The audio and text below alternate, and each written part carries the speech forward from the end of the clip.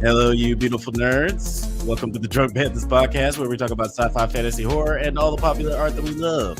Also, we do it drunk. I'm joined, as always, by my co-host and brother Bill. How you doing? I'm doing fine until this fucking camera went over there. Yeah, that was annoying. I don't even know why you did that. I don't even know why I didn't forgot that it's just gonna react to. I don't know why you did this. I just don't know why you put your hand up. I was just waving at the fans, at the crowd. How's everybody doing tonight? We are, like you mentioned, we usually do this drunk. Always encouraged, but never mandatory. Drink responsibly. Drink responsibly.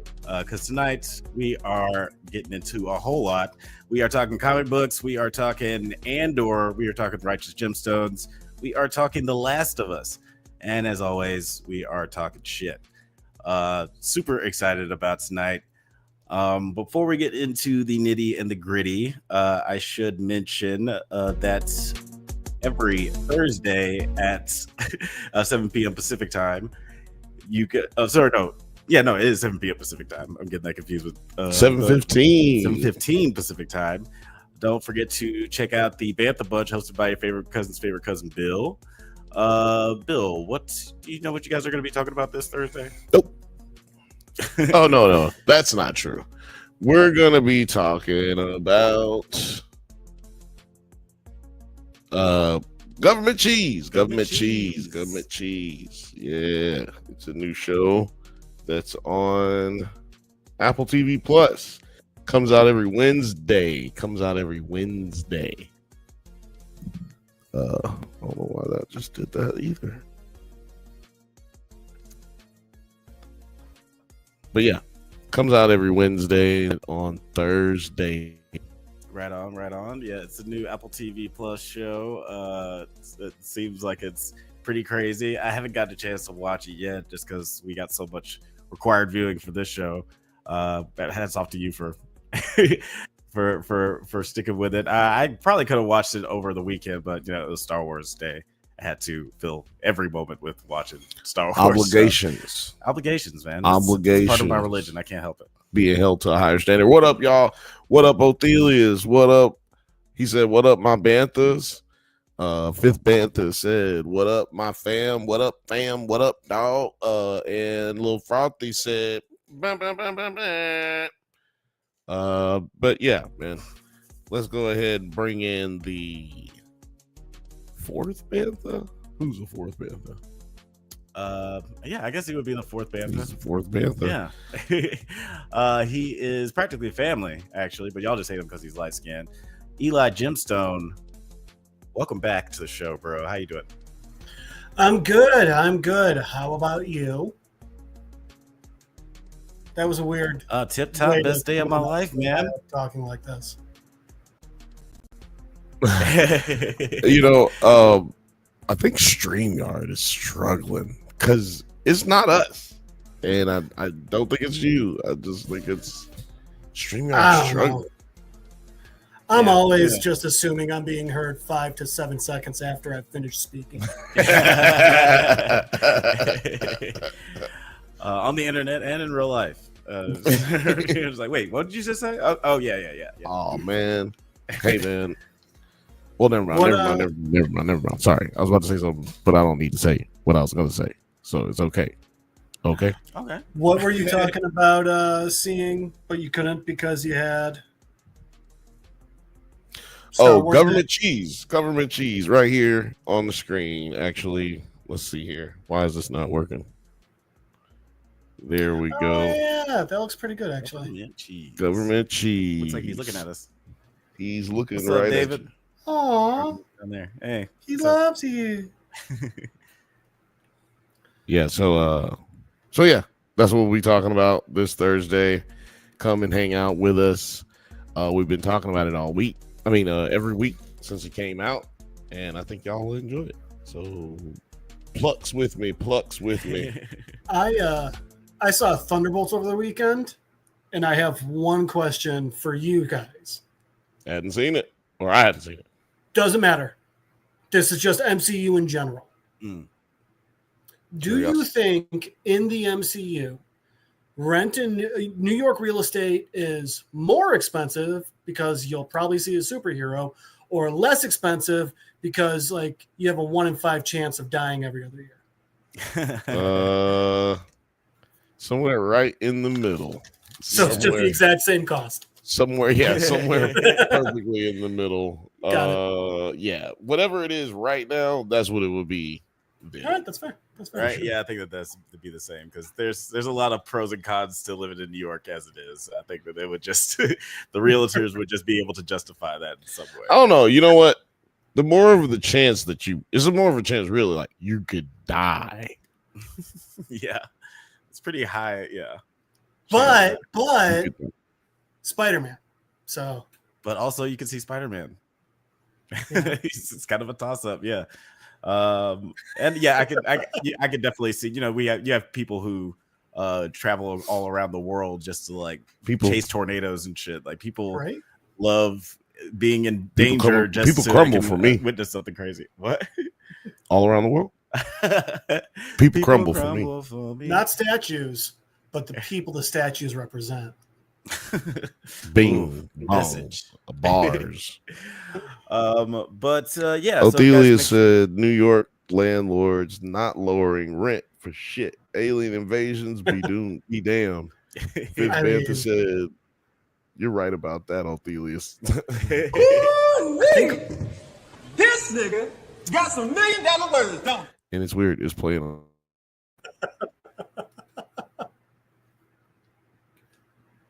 They played. Just had to. Okay, good. Just had to give some props to Othelius.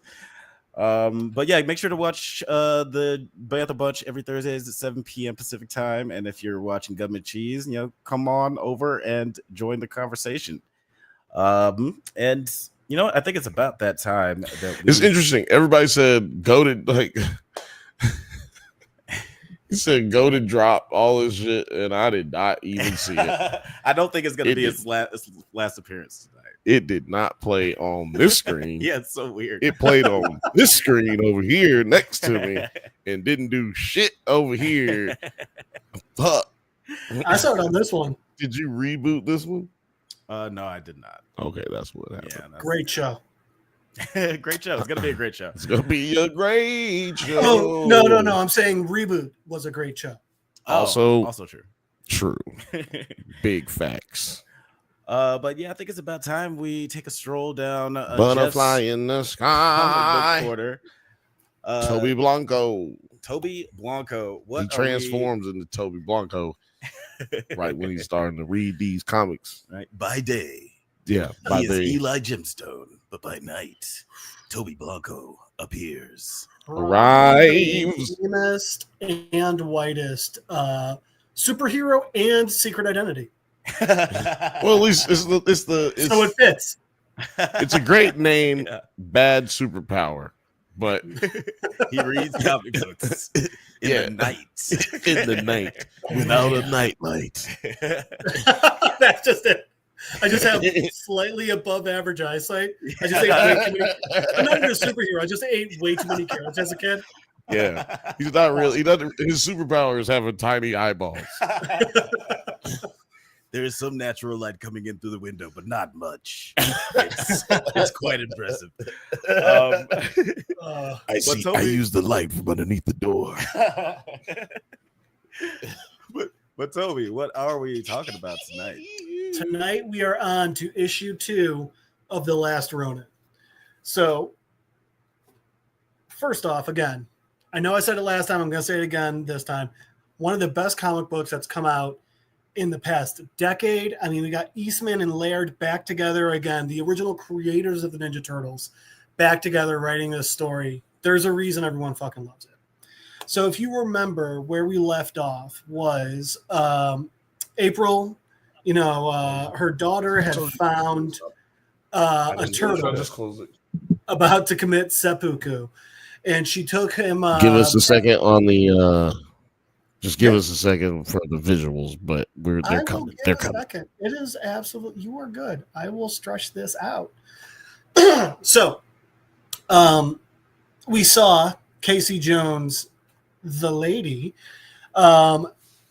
walking up on a turtle about to commit seppuku. And he passed out from blood loss. And as he did, she took him back to her home. And the turtle wakes up to his old friend, April O'Neil, taking care of him. A much older April. And she's scarred up and everything. And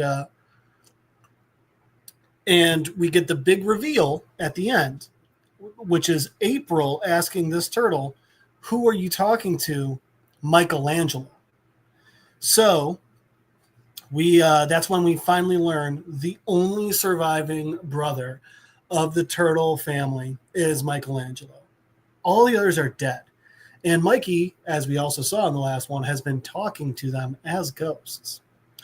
So we cut back to this new issue, which just amazing issue. And we get our first real information on the past. This one starts off with April waking up, looking all old and decrepit, and she's got scars and everything. And we've got tears coming down her face as she just kind of wakes up in this sad, tragic world that she's found herself in. And then immediately in the next page, we cut back to just what it's just saying then. And we cut to April at her apartment. And it's April standing there with Casey Jones, the dude Casey Jones, might I add. And they're like, where are the guys? They're so late, but they're like, and they're going back and forth. And April's like, you told them the right time, right? Because like they're really late. And Casey's like, come on, it's the guys. They're always late. You know this. Like it also takes a long time to get from the lair to your apartment or some shit. I don't know. And they're talking, and April's like, yeah, but like not this long. This is long even for them, and blah blah blah blah blah. So, yeah, and that's what the cover of this book looks like. So you can tell that we're going to have some wrath in this one. So anyway, after April wakes up crying, we cut to, like I said, we cut to the past. And now April and Casey are talking, but then they're talking, and Casey's like a little nervous. And he's like, I think I'm just really nervous about this toast. And that's when we see that April's got a ring on her finger. And so what turns out, Casey's finally fucking proposed. And, they're talking a little bit about like, well, it was Casey sitting there like, it was hard for me. I never really, I grew up on the streets before you and the guys. I just didn't really have a life or love or any of that. And right when they're like, maybe we should go like look for the guys, Raph bursts through the door, shoves it open, runs to the table, just tears all the food off the table. He's like, coming through, get out of the way, ambush. And they're like, what are you talking? Who ambushed you? And Raph's like, it's not me, don't worry about me, it's Master Splinter, come on. And Donnie and Mikey carry Master Splinter in, and he's not doing well. They put him on the table, and he is just blood everywhere. And April's like, oh my god, this is so bad. And at this point, she's like trying to get through to Donnie. She's like, hey, like, what do we do? Like, we'll start, stitching him up. And Donnie's even spacing out. He can't focus. And finally, when April says enough to get through to him, Master Splinter, we see, is asking, where's Leonardo? And Leo comes through the door.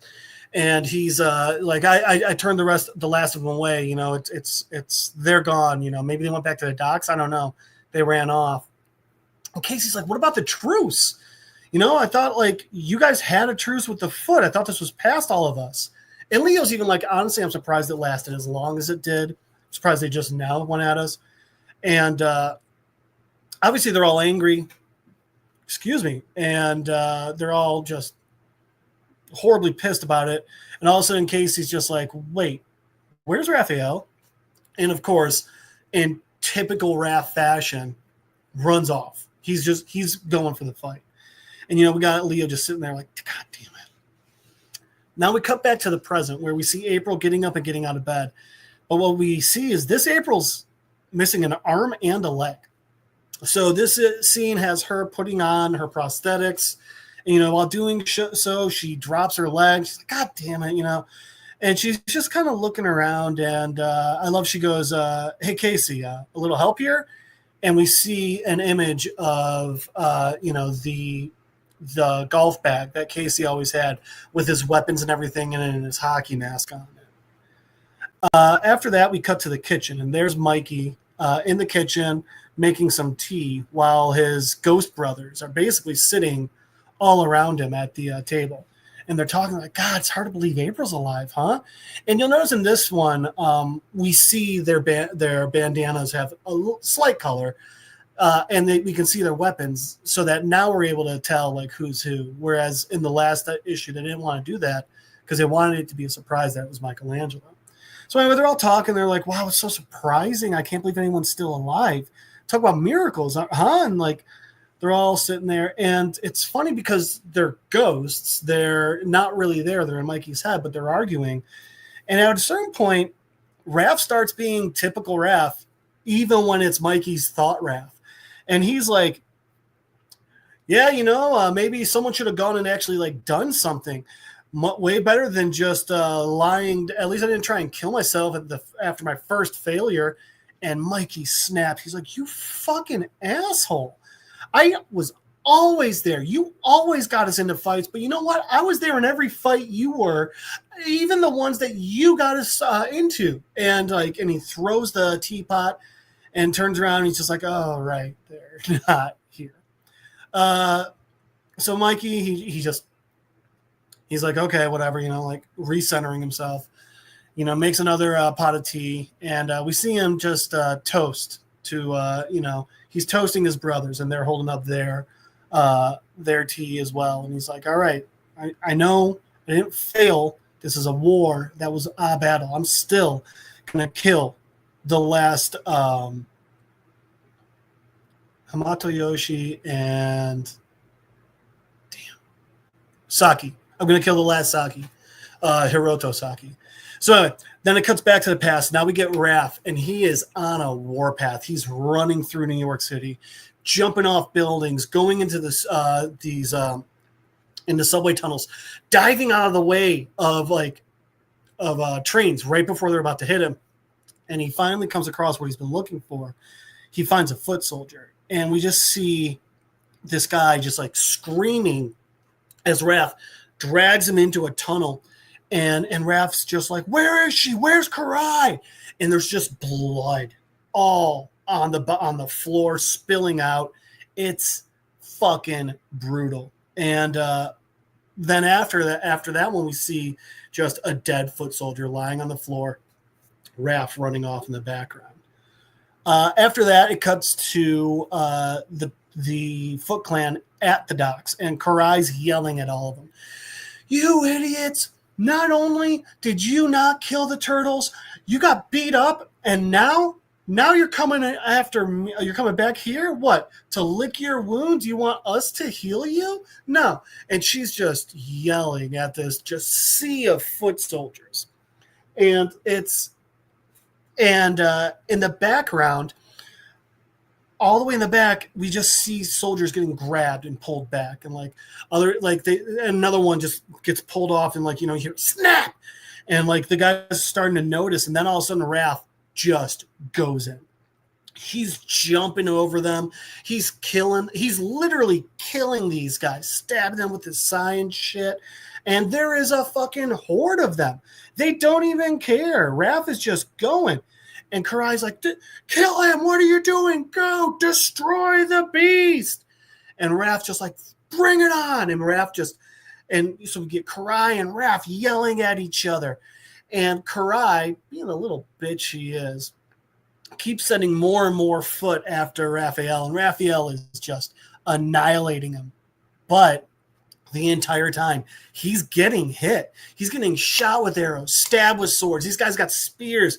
Raph doesn't care. He keeps going and going, killing and getting attacked, until finally he yells out, why don't you stop hiding behind all of these guys, all your minions? Get over here and we'll finish this. And Karai, I think she got a little too big for her britches because she's like, okay, I'll come after you. And she jumps in. And the two of them, they start fighting. They're stabbing each other. It's close quarters combat. No one's giving up anything.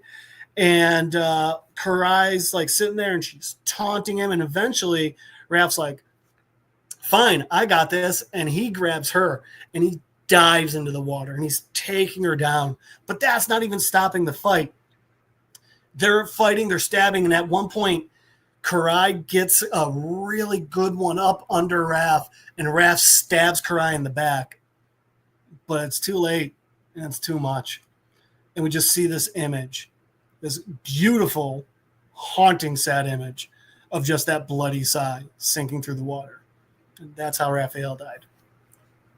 That's only halfway through this book, by the way. We cut back to the present. We got Mikey back in the lair, meeting with April, talking with her. He's noticing the arm, and she's like, the arm. He's like, yes. I mean, I'm sorry to stare. And she's like, no, it's okay. I'm just, so happy you're alive. And she starts like talking, and she's like, hey, let me make some breakfast. We got eggs, and they're fresh. They're not that synthetic stuff. So now we start getting an idea, of the world that we're in. These, it's obviously bad. I mean, like, people aren't even able to get real eggs anymore, and not just because it's crazy expensive, but because they just don't have them. So she's making dinner, and then she goes, hang on, hold that thought for 1 second. She screams out, Casey, breakfast! And Mikey's like, what? Casey's still alive too? And, I'm sorry, I almost forgot this part. Mikey's even sitting there, and he's like, and he's talking about, like, I that fall should have killed me. I don't even know how I'm still alive. And this is when we get an important explanation. And it's literally one panel long. And April's just like, no, I mean, I'm not Donatello, but it doesn't take a genius to see. Your mutation has progressed over the years. You're bigger. You're stronger. You're healing so fast. So that's why Mikey, 1, looks bigger. 2, is surviving things that really don't seem to make sense, but so yeah. So she calls Casey, and Mikey's like, whoa, Casey's alive too. And now we enter Casey Marie Jones. They named her after her father. And he was like, I'm sorry, Mikey, this is my daughter, Casey Jones. And I gotta say, I don't think it's surprising that Casey Jones and April O'Neil made a hot kid. Well done. Good job. So anyway, they all sit down and they're eating and they're talking. And Casey's like, oh, yeah, that's me. I'm Casey Jones. And she goes, you're supposed to be like the funny one, aren't you? And it's like, oh, ha, ha, ha. So anyway, from there, we go over the other direction and we go back to the Foot Clan. And we got Hiroto, and he's up in his tower, and he's, training and fighting with a bunch of his foot soldiers. And he's like, what are you doing? I wanted a decent fight. He's like, kill me, or I will kill every single one of you. So we get him, and he's fighting with all these guys. And this one, it's an entire page, but I think it's a cool one because it shows he might have bitched out hard when Mikey was going through the tower the other day, but he is a fighter. He does know what he's doing. And the second one of his guys gets a hit on him. Not even a bad one. Just like right on the forearm, just thwack. He goes, good. And then pulls out a knife and cuts his fucking throat because he's a dumb son of a bitch. Little wuss boy. Anyway, so he walks off with his new captain. And they're talking about Mikey. And he's like, is the creature, did we get it? He's like, not yet. We're having trouble finding it. He's like, scour the city, find the thing. Once you find it, we're going to kill it publicly. I'm going to make sure it's on every TV. No one can look away. And, by the way, Captain, make sure you don't fail me, because if you do, you'll have the same fate as your predecessor. The guy who let Mikey get away, this is where he's at now, getting his eyes pecked out by Hiroto's crows. So anyway, after that, we're back down in the sewer. And one thing I forgot to mention earlier, not only are they in the sewer, this is actually the turtles' lair from way back when they were a kid. So, they're talking about, and they're calling it rock bottom. And Mikey's like, what is that? And April goes, oh, it's a nickname. See, now New York split into 3 districts: top, middle, bottom. Rock bottom's the old street level. And, that's where we live now. Because we saw it earlier in the last issue. Like, it's like, what was it? Midgard from Final Fantasy VII, All right, so now Casey and Mikey start walking off and talking, and she takes him to the old dojo, and she's like explaining like this is where she practices, and she's talking about how like it's so crazy being there with him. He was like a storybook hero to her back in the day. So she's talking about how like I tried learning martial arts, I watched all the videos that you guys had here, read all the books, did my best to train myself. I also learned a bit about the old ways, like the honor and seppuku, and she pulls a sheet away from like all the weapons and the bandanas, and Mikey's like, thank you for getting this for me. And she starts asking him like, where were you? Where have you been all this time? And that's when he starts telling her, well, after everything happened, after I lost my brothers, I started wandering.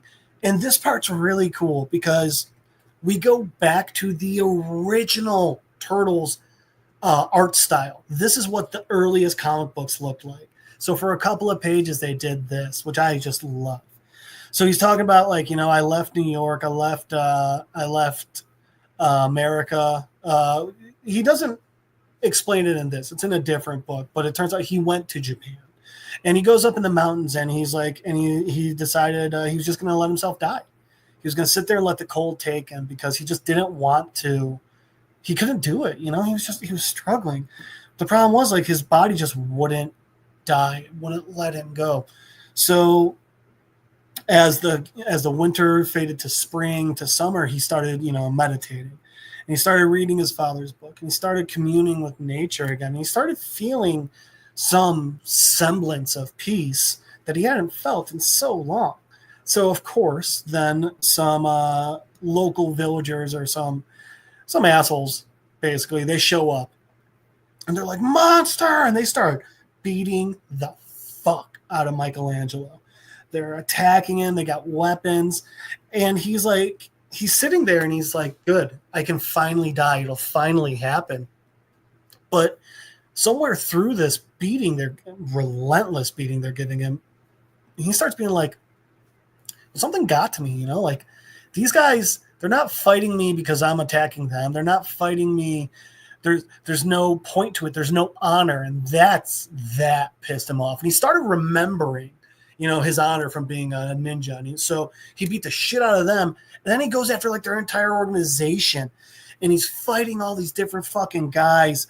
And we see him, and he's talking about how he not just took them out, but while doing it, he started learning other weapons. He started learning other fighting styles. He tried to become the ultimate weapon he could, and he was like, and now I'm just like this, the last of my clan, without any master. I'm a Ronin.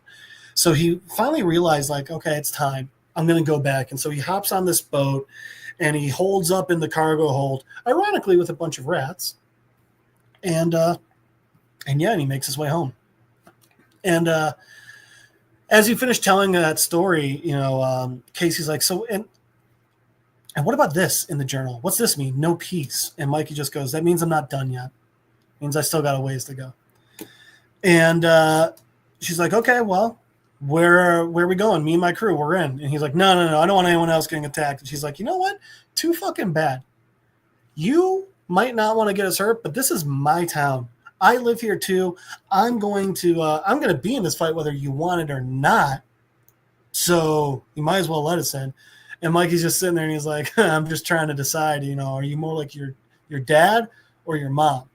And then we cut to April, and she's looking over in the corner of her room, and we got her going over into this old safe and opening it up.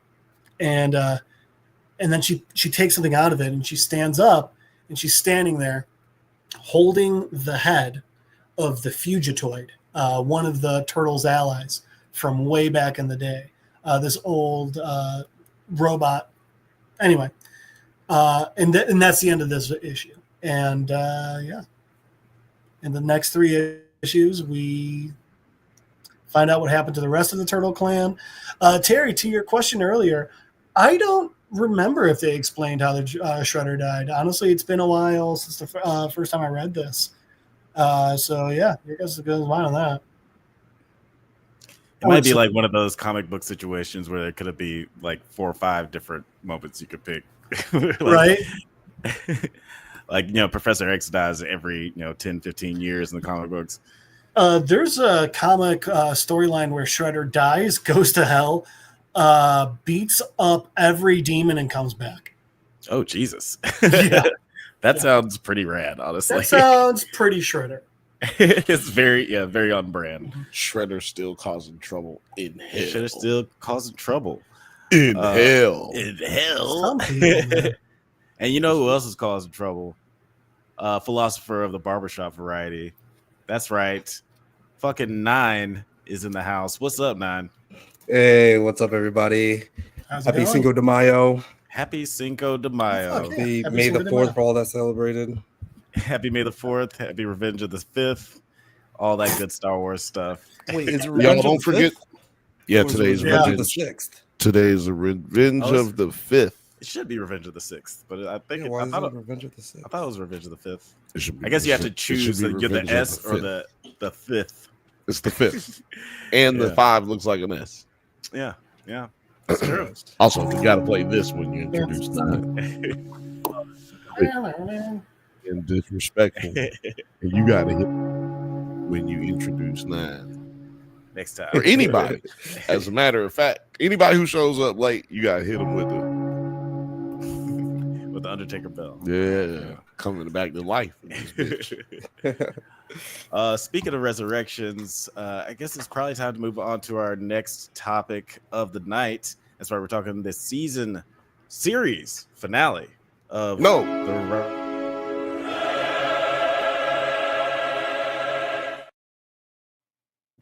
Well, Terry wanted to be here for this one, so I had to change that. Oh yeah. So I changed it to Andeezy first. Okay. Well, first we're going to talk about the second season of It's Andor. up a little further. There we go.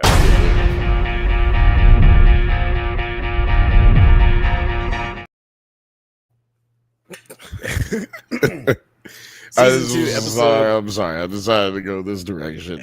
No biggie. Season 2 episode 4 through 6 of Andor. We got another 3-episode drop. Plus, I love. This is my favorite bit now. Just having Jeff read comic books while we talk shit. Well, yeah, it's not really like that. I do it to make to be disrespectful to y'all, but it's funny. It's funny to me, and I have to do something sitting here. God damn it! It's a fun bit. Thelia said in the chat, Saul Guerrera is a real one for sure. we will definitely get into that as we get to the nitty-gritty of these episodes. But just initial Saul thoughts on Guerrera this. is a dope fiend. That's my immediate takeaway. Is since we're getting there. Oh yeah. My immediate takeaway. We got some dope fiends in the motherfucking building for the first time. Yeah. Andor, this episode is brought to you by drugs for sure. Boom, boom, boom, boom. Yeah, 9, what were your initial thoughts on this little block? We got a year jump in the story, and we're following this act of Andor's life. What do you think? It was intense. It was hard to follow at sometimes too. Like, there's a lot of moving pieces. Mhm. I feel like it was like really mimicking the last season like Aldani arc, but Aldani felt like so much more like straightforward. Just the one mission. But this was like there's like 6 different things going on. But I loved it. I loved it. It was tense. I liked it. I think that they did that, make it to where it's in, a lot going on, and it's hard to discern what is taking place because god damn it, this is starting to piss me Does off, not want to act right. and I don't know what is going on. Yeah, suddenly it wants to just like do its own thing. Yeah. But yeah, since it's on me and I'm talking, Yeah. Spotlight. Yeah, this was intentional, I believe, to make it that way, because if you hold on, God damn it, what the fuck is going on? To make it that way because you felt confused, but also they're saying that that's how what's his name is feeling. What's his name? Luthen. Luthen. Luthen. Mhm. They're basically saying, hey, this is what Luthen is feeling, right? Like he is confused. He's losing track. You know, it's too much going on. Yeah. We've sold so many lies. Yeah. I'm coming back to you in just a second, Alex. You don't need to talk. No, you're good. Yeah. I'm letting you cook. No, I'm joking. No, I just meant because we can't. They couldn't see. Right. Yeah. It's a good time to. Yeah. This is a good Let you time do to your just thing let me while the talk a camera's lot. not- You know what I'm saying? I know you don't want me to talk, nigga. Trying to stop me from getting my And you're the one who has Does anyone else feel like Dedra seems like she's ashamed that she's with Cyril, but Cyril also seems ashamed that she's with him? Wait, have you watched Does the anyone show? else get that feeling? Oh yeah, I caught up on it.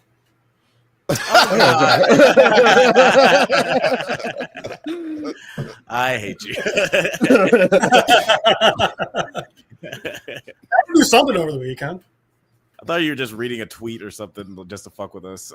No. Say, hold up, wait a minute, something ain't right. That scene where she's like, turn off the lights. It's like both of them were ashamed that she was with him. she seems Which is correct. yeah. They're both Yes. not good enough for each other. I think you had to make them a couple Oh, because, in my opinion, Cyril doesn't matter. He is a useless part of this story. And if they hadn't put him in this position to be all spy-like, double agentish, then he would be also not important in this season. And I think they dug into that hard. They said, he ain't worth shit. Oh. And she know he ain't worth shit, and he ain't nothing. He's a pointless person. So she's embarrassed. She's embarrassed. Yeah, he's a pointless human being in the world, in this world, and in ours. Mm-hmm. But that's what he like aspires to be. He aspires to be exactly who he is too. He's also, by the way, every time he's given an order, got like a semi going. He is way too excited to be ordered to be doing shit work. Do we have that clip? Because that shit was amazing. That nigga about busting a nut when that old white man told him he did good. Yeah. That God damn dog. Talk about daddy issues. Yeah. Men have daddy issues too, ladies and gentlemen. Yeah, I do think that's why we go for goth girls. They do.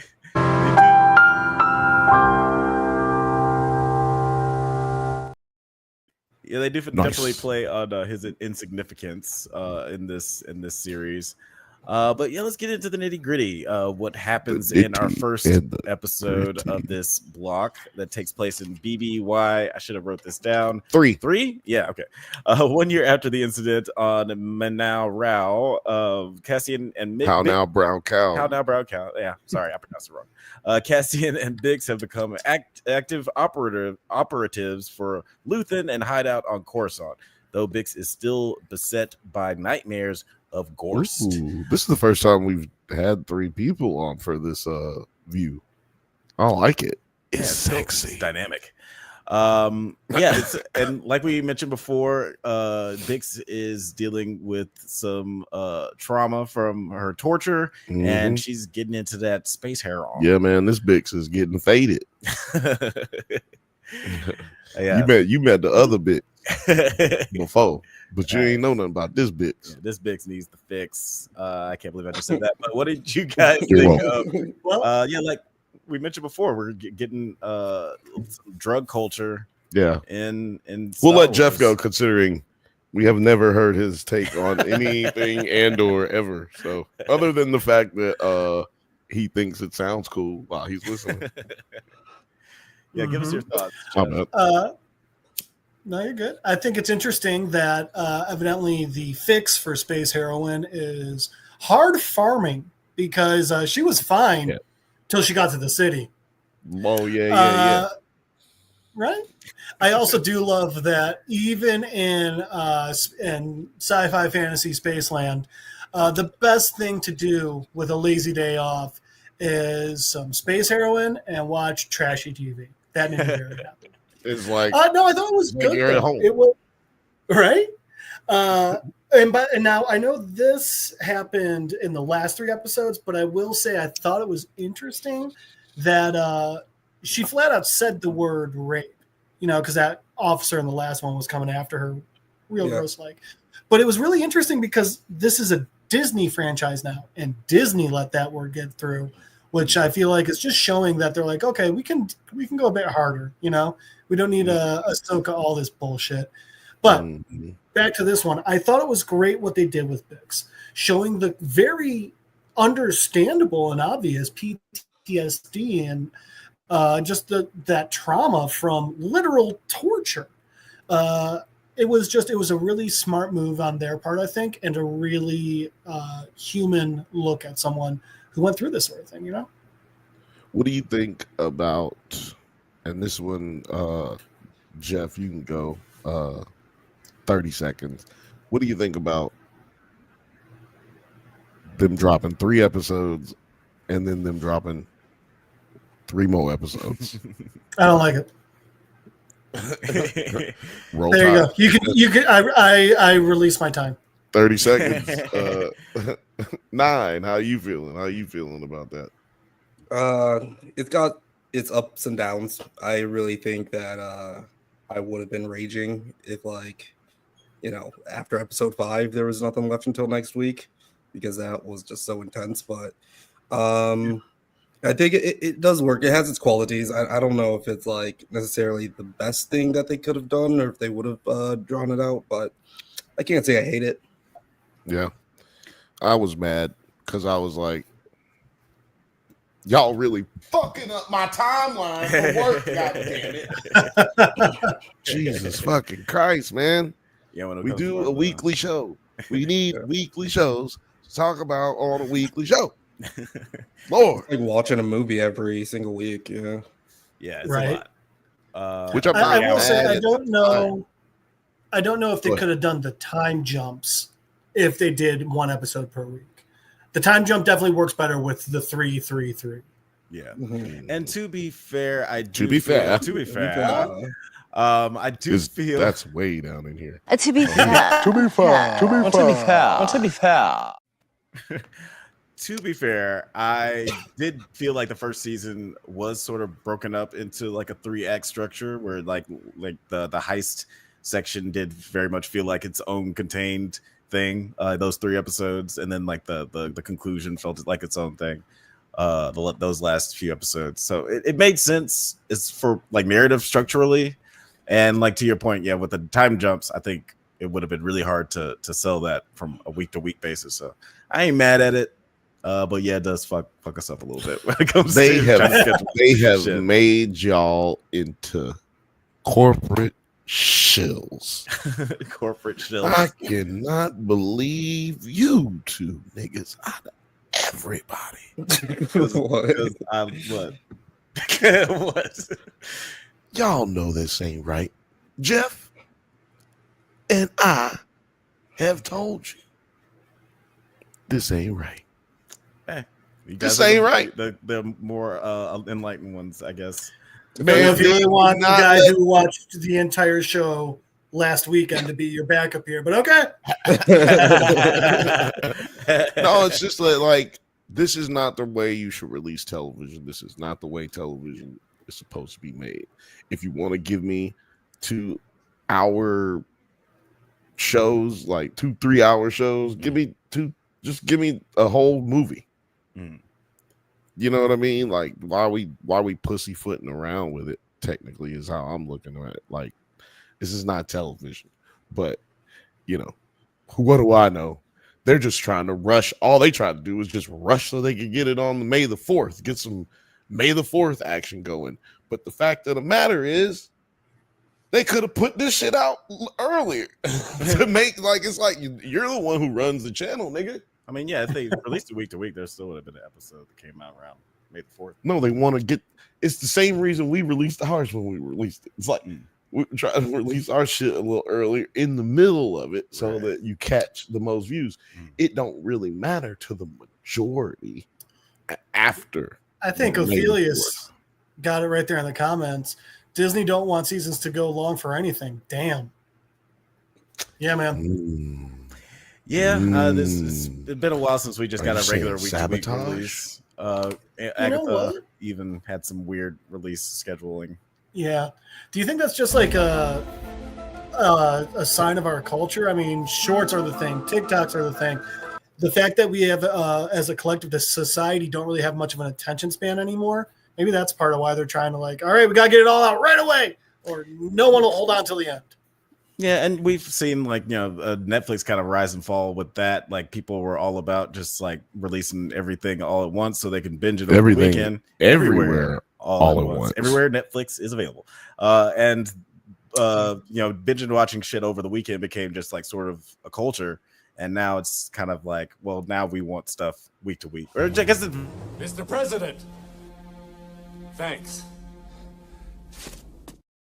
Great explanation. All your fault. I want that Avengers movie with him, with that old school, was it 70s, 80s Fantastic Four? We can find some other terrible things. Get them together and give me that movie. Give it to me. Give it to me. But later on in episode 4, on Gorman, the Empire begins building an armory. Cyril with Deidre and Partagas. I always struggle with that guy's name. Partagraphs. Partagas. Paragraphs. Yeah, old white dude. That dude. Old dude. Yeah. That's what we call him. Oh, God. Master Pycelle. The disgraced priest from Game of Thrones. It's Pycelle, right? Yeah. Yeah. Master Pycelle. Yeah, thank you. With Paragraph's backing, takes up a position on Gorman and pretends to be sympathetic to the rebels' cause to feign being successfully recruited. So we see Cyril doing a little bit of double agent action. Nine, what did you think of this? And then Bill, I want to hear how you felt about this. You don't. About what, the double agent? About Cyril? Cyril, the double agent. I loved it. I think he's playing his role so well, because he does seem like he would be susceptible to like the game that Gorman's going on here. And like, by the way, like all the Gormans seem like they're all of like Cyril's ilk. Like they're not like tough they at bitch all. Made? Yeah, like they are just so right. And they're definitely pulling from some culture here, and could be the French, but I do like how he's playing it up because he fits right in, and like I said, he seems just susceptible, but again, it's just Mama Deidre that's running the whole show, and I'm actually like a little interested to know if she's also playing him, right? A little bit. I think she thinks she is, but she's actually like falling for him. No, I don't think she's playing him at all. The shame. Because she's not like really revealing exactly why they need to do this to the Gormans too. But she can't. You heard old buddy. So there is some how old buddy work. That nigga gonna kill everybody. If she tell one person, he gonna kill everybody that was in that room. Yeah, so it's a Disney NDA. So she's like that's true. So she's Disney will come not get necessarily the firstborn and kill everybody in the house. Those things definitely get into your house with a knife. Trying to tell y'all, you go to them Disney screeners, boy, they make you get butt naked and watch the movie butt naked with everybody else. They put talcum powder on you with chittums. That's why Kathleen Kennedy is quitting, because she's seen too many She's seeing too much blood. She's seen too many old men asses in the screeners. I keep on wiping this blade, but there's still stains. Graphic. But that whole aspect of her not being able to reveal everything to Cyril and using him in such a way, like finessing him to basically do all this, all what she wants. And I wonder if that's going to cause friction between them later on, or if it's just going to continue business as normal. Yeah, I'd be curious to see how that plays out. Because Cyril is ambitious. We don't know one another. Or I would like to see how that affects their relationship, as they both kind of are sort of climbing the imperial ladder. Yeah, I think that they definitely both love each other, and that they both are. What's a good way to put it? That's not mean to other people who are that. They both artistic.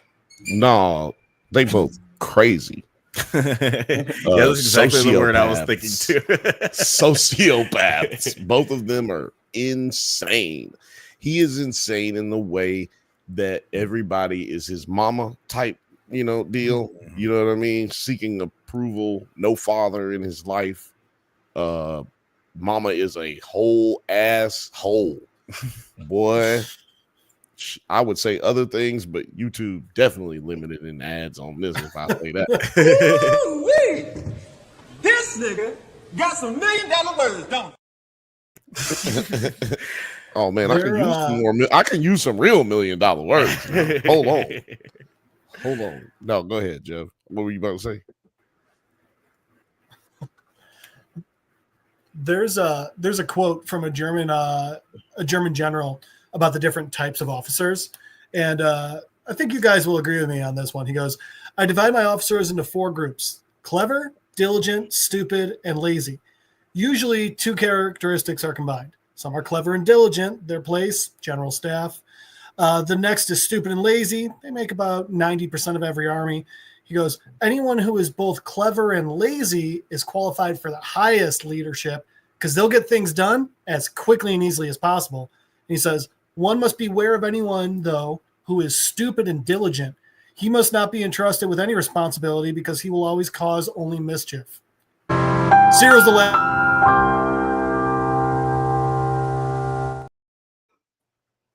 Stop. Cyril's that guy. Stop trusting him. He's too stupid. Yeah, he is kind of a nincompoop, which I appreciate that they kind of double down on that. We got some sexy times with Cyril and Deidre, which I thought was an interesting way to show the intimacy between them, the two of them. It made all the sense in the world.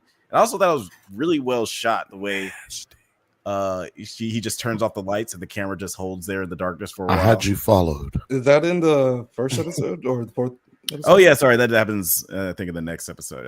Yeah, man, why are you skipping on? Skip it on. But no, it wasn't against that. Yeah, and I also just like the espionage nature of the episode of these episodes in general.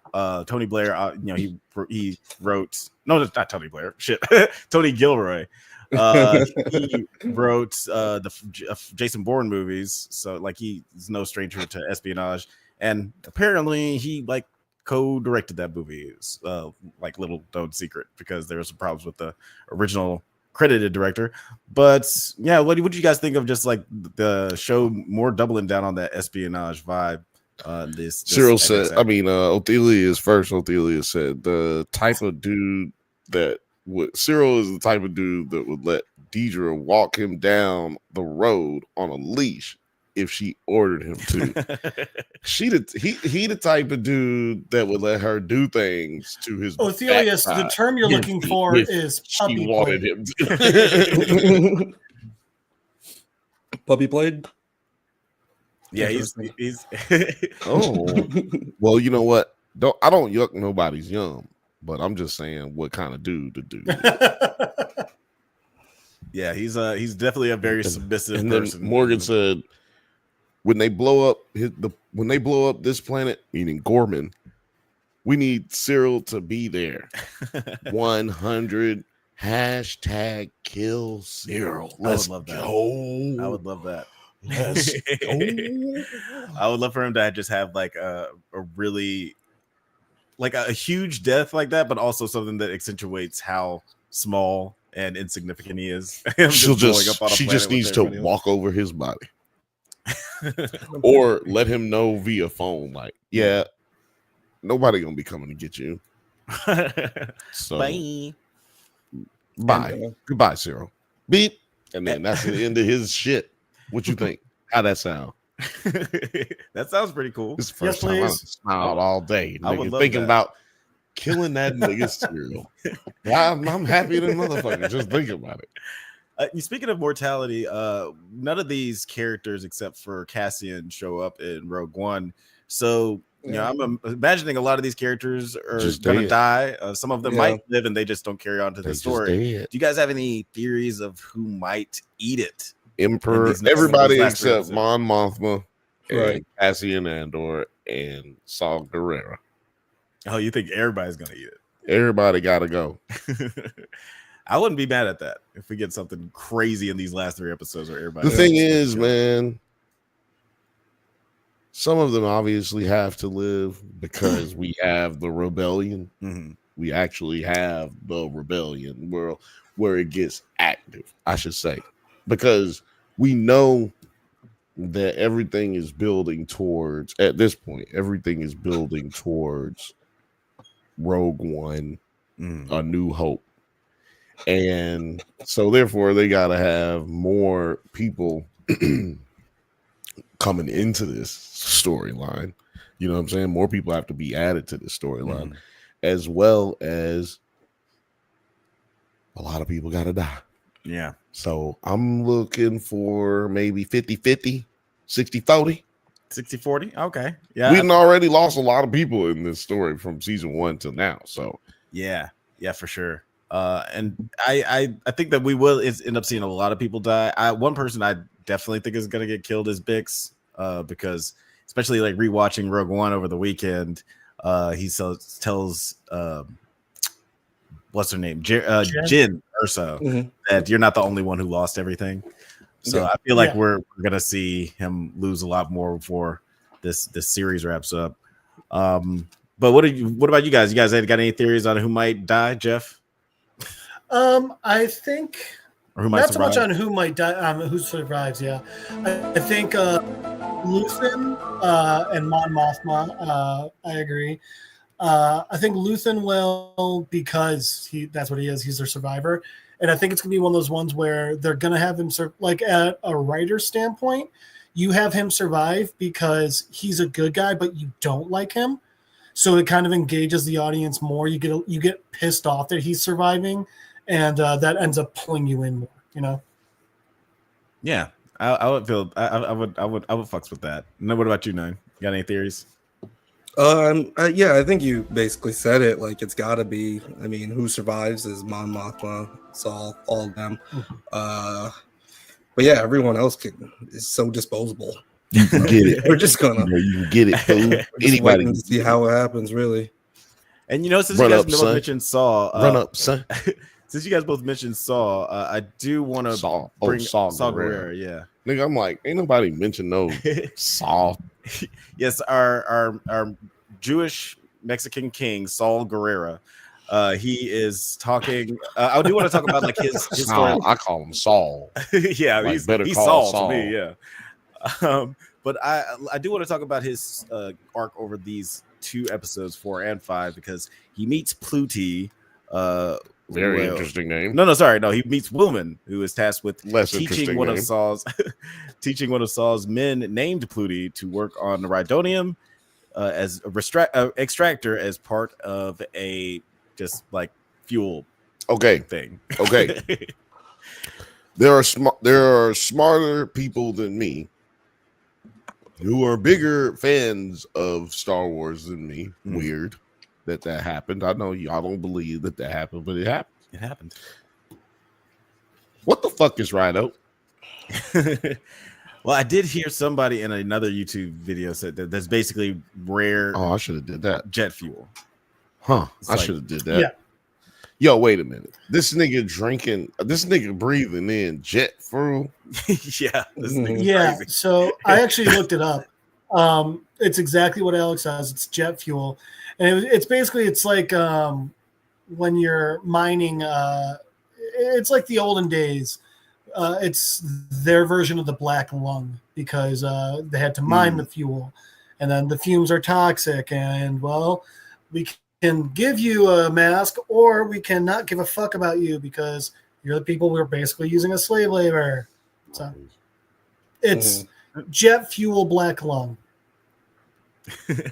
Jet fuel, black lung. The more you know. The more you know. I think I got the black lung, Pop. It's been one day. And then in one day, he recruits Willman, or kind of just kidnaps him. But then Same eventually thing. in the next Tomato. and then in the next episode, after Willman has been training Pluty on these variations, Saul kills Pluty after learning that he's a traitor and has Willman work the extractor on the heist instead. I do want to play this clip. This is our only clip for tonight. But I did want to show this clip. The only clip, period. Yeah. I'm sad. No, Nine's got some episodes. Yeah, he's got some stuff.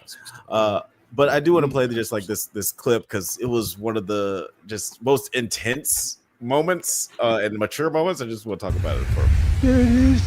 How can you do that? Because I understand it. That itch, that burn. You feel how badly she wants to explode? You think I'm crazy? Revolution is not for the same. Look at us. Our love will all be dead before the Republic is back, and yet here we are.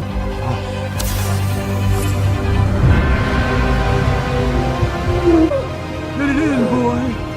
That's freedom, Coral. The fuck is he talking about? God,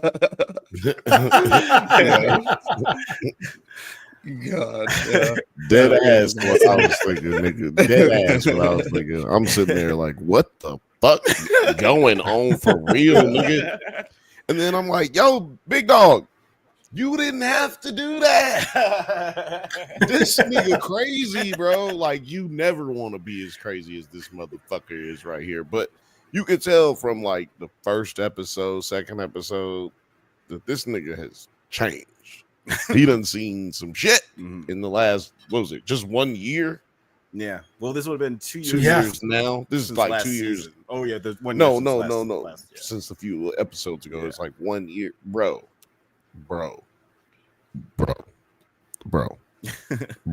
Yeah. He done seen some shit. Also, I'm still mad about the timeline. Somebody explain that to me. Like, What do you mean? the empire is supposed to last at like 25 years. Mhm. This Okay. is BBY3. Mm-hmm. So doesn't this mean that this has only been like what? Like 17 years of, or It hadn't been 25 yeah, no. because I can't remember which BBY A New Hope is in, but it's around. It's BBY 0 because the Battle of Yavin is BBY 0, I guess. Yeah. Right, but See, it's going producer- backwards. Producer Terry said 22 years. So I'm just saying we got a long way. So, like, if you're doing the math, oh, Jesus fucking Christ. If you're doing the math, we got a long way before we get to. For a what second, you I call thought I was zooming in on Bill. it was zooming in on Bill. Yeah. Absolutely. How long is the original trilogy? How long is that supposed to last? Because that's gonna factor into it as well. Because remember, the Battle of Yavin, that's just the end of A New Hope. Right. So however long Empire and Jedi are then also technically still part of how long the Empire was around. Yeah. I guess so. Yeah. Yeah. Yeah. Because their tenure yeah. didn't really end until the Emperor got thrown down a Yeah. shaft and exploded. Sure didn't.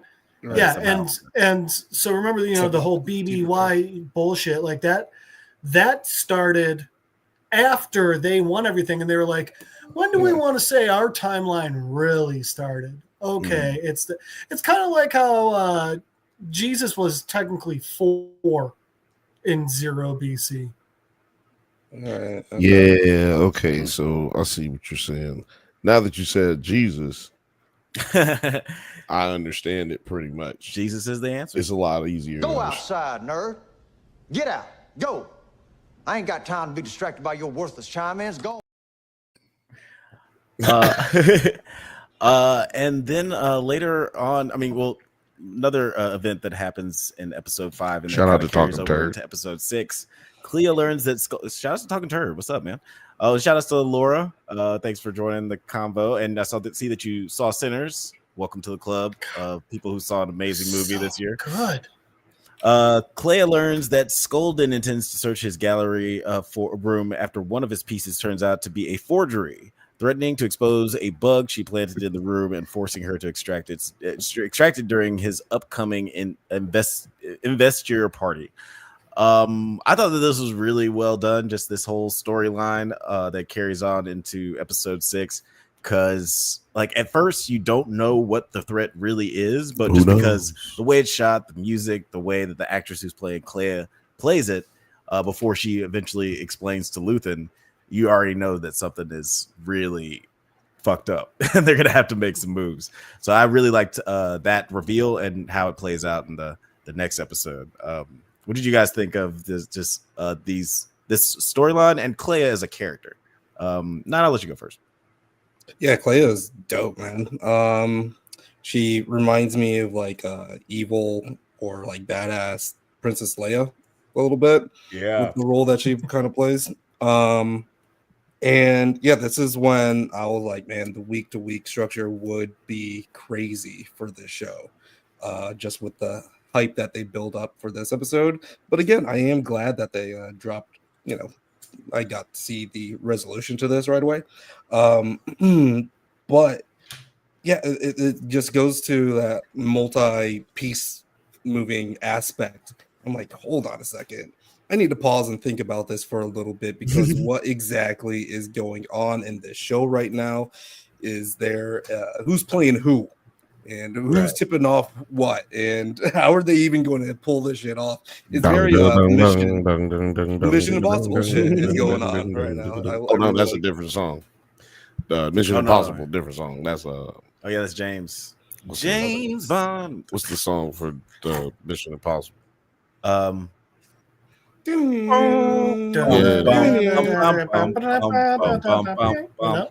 that was beautiful. Yeah, it's all over. Everybody got all of it together. It's like I heard all 3 parts of the motherfucking movie one time. Yeah. Just the beginning, the end, and the middle, all together. Sing it together. It's more efficient. And then y'all don't love it when I do the bit where everybody says something at the same time. But yeah, what about you? Have you enjoyed Clea's character this season? Major paragraphs. Portuguese. Tomato. This season, she's probably or at least these 3 episodes, she's without question the best character. She is a fucking badass, like Nine said. Especially in the next episode when we see her like literally just pushing herself to the point of bleeding. That's awesome. But I agree with TT there. I think she pulls more of the strings than Luthen. I was thinking of her as like a Peggy Carter. In this episode, she's not the leader, but she's the one getting the shit done, Mm-hmm. Yeah, for sure. No, I don't know. She's a great operative, and I love how she's not afraid to talk shit to Luther. It's like, hey, this is kind of like, don't put this shit all on me. Like, what do you think their relationship is? I feel like it's platonic. Like, I don't feel like there's a romantic relationship there. Romantic or not? I mean, like, what do you think their relationship is? I wasn't necessarily talking about romance. I mean, that could be a possibility, of course. I think that they're very, very close. Like, they feel they're probably the only people that they truly trust. Like, maybe even Mon to a certain extent, but like they're the only ones that they trust. And I feel like that they've had their own backs So you don't for think years. there's no? But you said so. You did say, but you don't think there's any finger popping going on. No, it is not finger popping time. Sometimes you got to relieve stress, though. I'm just. I don't know. wondering. I think she might. I think she might finger Luthen from every now and again. Yeah, it could be finger popping going either way. People, it's never like about gender. It's about popping. Baby. Yeah, no. There's no none of that going on between the two of them. I agree with Alex. They're the only two people that they completely trust. I don't even think like they completely trust. I think the way they trust Mon Mothma is that whole like, oh, I trust you to do exactly this or exactly that. But they actually trust each other. Yeah. They trust each other to make hard decisions too, because I think that's one thing that Luthen is very aware that Mon Mothma hesitates to do. She's like, "Oh, you're so idealist. Isn't it so great that you don't have to really get your Didn't hands Adam dirty?" Ship have a song called Mothma? Mothra. Mothra. Well, I yeah, almost used that song in a video. It was like, it sounds close. Godzilla's wife. Yeah, Godzilla's wife. Exactly. Check out Adam Ship if y'all are rock music fans. I think she had one of the best like speeches in season 1, like the spitting plates thing. I think she had like a lot of chemistry with Val in that scene too, when she's just talking about like all of the bullshit that she has to deal with and how she can't get to Val right away. Jeff, you just saw it. How's that go? Yeah. Okay. Oh, I think Jeff. I think I broke him in time. Yeah. No, he's good. I'm glad he didn't say anything. We're not talking about that tonight. Thunderbolts. We're talking about our character. Oh, I thought you said something about Thunderbolts. I'm sorry. I was doing two things at once. And reading Terry's weird comment here. So he said, mommy is a baddie. Agreed. Yeah. She's a baddie, but I don't call nobody mommy. Gwendolyn, I forget what her last name is, but she is Gwendolyn, fine ass motherfucker. Gwendolyn Mothma. Gwendolyn Mothma. She's definitely a standout on this show. Fifth Bantha says, sorry, I stepped out and heard finger popping. Are we on the TLOU already? Not quite. Yeah, that is drugs and finger popping is going to be a theme. Yeah, we not talking about The Last of Us yet, but we will get to that. Then later on in episode 6, what a festive evening, Cassian insists that Gorman's rebels are unprepared and argues with Luthen upon learning that he attempted to persuade Bix to return to action. This Bix is obviously losing it. Luthen checks in on Bix, but it's more about how good of an operative she'll be than really being concerned about her well-being. So this was an interesting conversation. Ophelia said Terry and I fell into the snow bunny mind. Again. Well, yeah, it happens. So if you're from Africa, why are you white?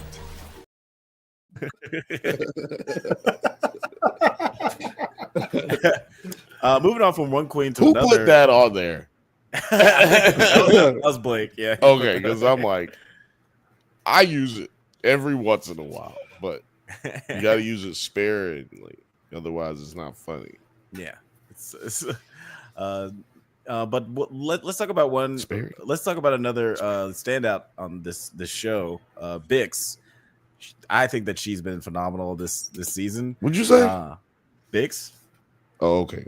I feel like she's been. I was like, bitch. That time you said it fast enough where I thought you actually said bitch. My bad. No, you're good. But yeah, I just feel like she's been a standout. How everything wraps up with her trauma or like a victim, or the source of her trauma later on in the end of this episode was pretty satisfying. What do you guys think about Bix's storyline these past few episodes and how it results in the death of Gordo? Is that his name? Damn, they won't let you say. I'll let you go. They won't let you say. Well, never mind. Sorry. Yeah, Nite, go ahead. I thought it was like pretty cool. I did like to see just like the way that she goes around coping and how Luthen kind of puts her in play for Andor to make some bigger decisions. And I thought it was funny because like there was that part of the last episode where they're like just hanging out, and then they just kind of like dip and do this other shit that's like not important to the episode at all. And I was like, oh shit, yeah, where have they been? And they were just also doing this crazy shit that could have taken up like 20 minutes of the episode already. It's just a very densely packed 3-episode arc that we just had. But I also didn't really like that they killed the dude. I kind of like which dude? Hold on, which dude? Gorst, Dr. Gorst, Dr. Torture. Dr. Gorst, the worst. Did they kill him? Oh yeah, blew his ass up. They killed blew up the building after torturing him. No, I think that they blew up. No, they blew up a different building because they were walking out of the building that they walked out of. I think that was a distraction. You blow up that building so that no one's worried about the building that you actually are in. Kansas City Shuffle. It's called the Kansas City Shuffle. I took it as they had to blow up that building to make sure anyone that could have seen them. Yeah. No, because when she walked out, she killed dude, and then he shot old buddy. Like then they walked out. So, and also it is a Star Wars thing for them for people to get away in that manner. The Sith girl in Clone Wars that was the apprentice of Dooku. Oh yeah, Baldhead. I can't remember her name, but like there's a whole YouTube compilation of her using that as a tactic to get away. I think it's Asajj Ventress. That sounds right. Ventress. Yeah, I know it's Ventress. Yeah, I mean, but said it, I know it. Yeah, his mind is completely gone if they did use it as a distraction. And I kind of like the aspect of like just this creepy guy is still out there doing crazy shit for the Empire. I don't know. It felt like, I don't know. He just seemed a little bit too untouchable. So I kind of like that they if they wouldn't have like found him or whatever. I don't know. Yeah, it's kind of like they rolled up on him like he was right down the street. Yeah, like he kind of was Coruscant. It's long streets. It's a very small planet of a city.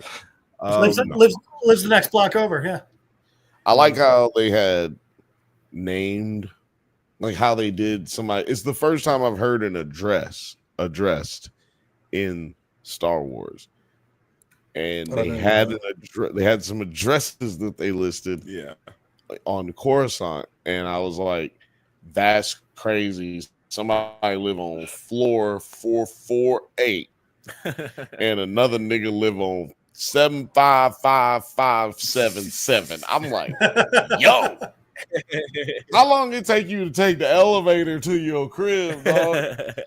When you have these elevators out here in LA, light speed elevators, yeah, right, teleporters like Star Trek and shit. Because when you have all these like buildings here in Los Angeles that have the luxury elevators, and they got like elevators for the whole 42 floor building. Man, it takes forever to get on that motherfucker, man. And then only one be working and shit. Imagine having on the floor.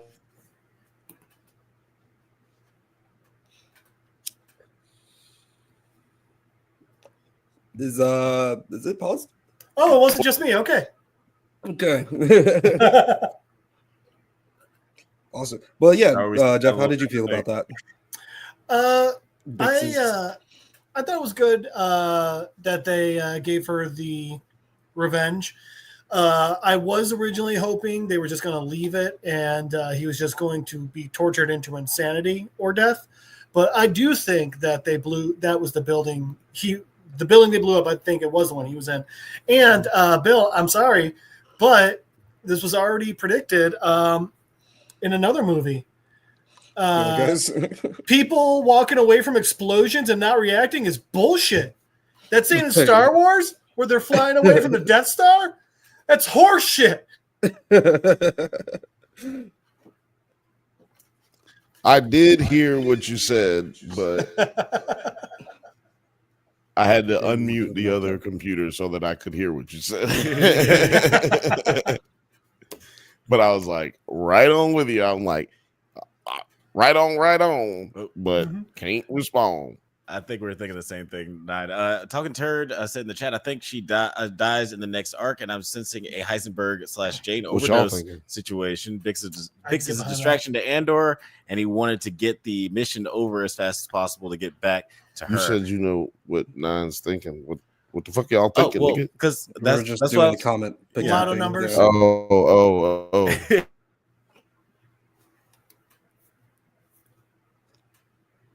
Ruh-roh. Yeah. Oh. Disney heard you guys talking shit. That mouse don't fuck around. Mouse don't fuck around. They start fucking. It was gross. I don't know what that was in response to. It works. I don't know what happened. We were freezing, so I don't know what happened just then. But I do. I do see that coming.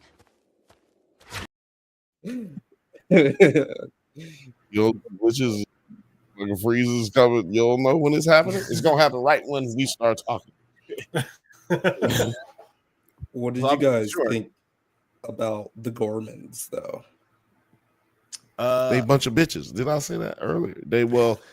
Somebody said that it was a bunch of bitches.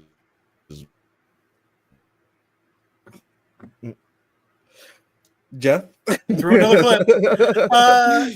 Well, no. So when I said they were French earlier, it was in regards to their language.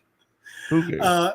It was in regards to the language. It's clearly got some French influences, and I also think that's interesting because one of the main things France is known for is the revolution, the proletariat, the bourgeoisie, that whole thing. So I thought it was interesting using kind of like a French themed planet, race, whatever you want to call them, as the template in this one. I thought that was a really cool thing to do. Mm-hmm.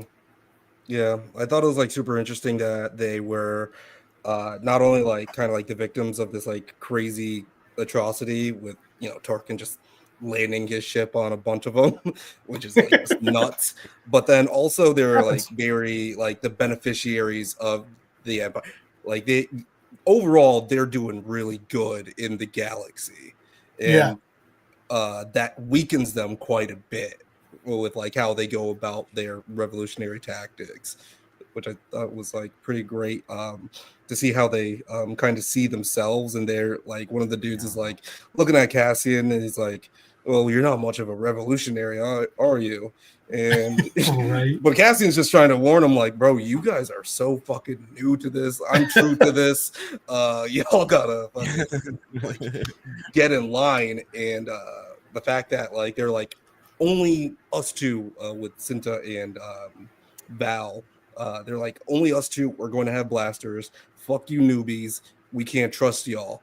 But they still have like this pride where like one of them is like, no, it's our plan, we're going to protect it, we're going to like try to strong arm our way through this problem, and end up like fucking up their own mission.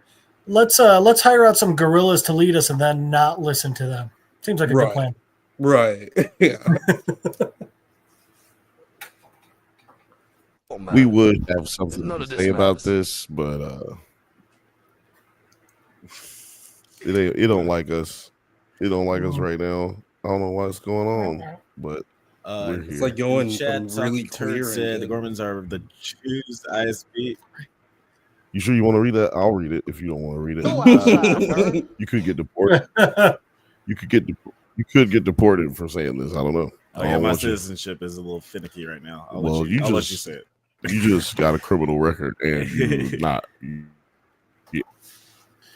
I wouldn't worry too much about it. I think you guys are fine.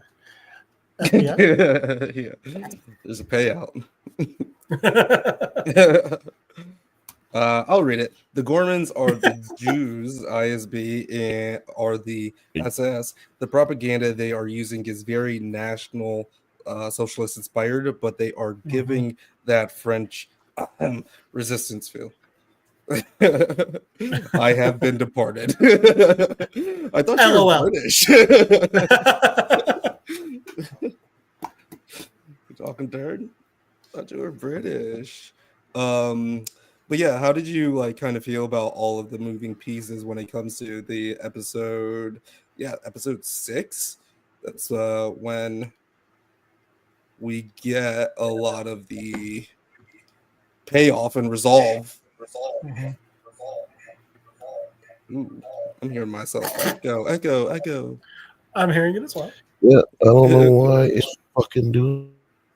And I'm hearing Bill. Well, I'm not. And then the to answer your question, it was good. And it was really interesting how they were able to bring all of their different pieces together. Oh. You back? I thought so. I mean, you can hear me. We can hear you, yeah. And we can see a really great image of you with your eyes closed. Yeah. Well, I got sleepy, so it happens. Just resting your eyes.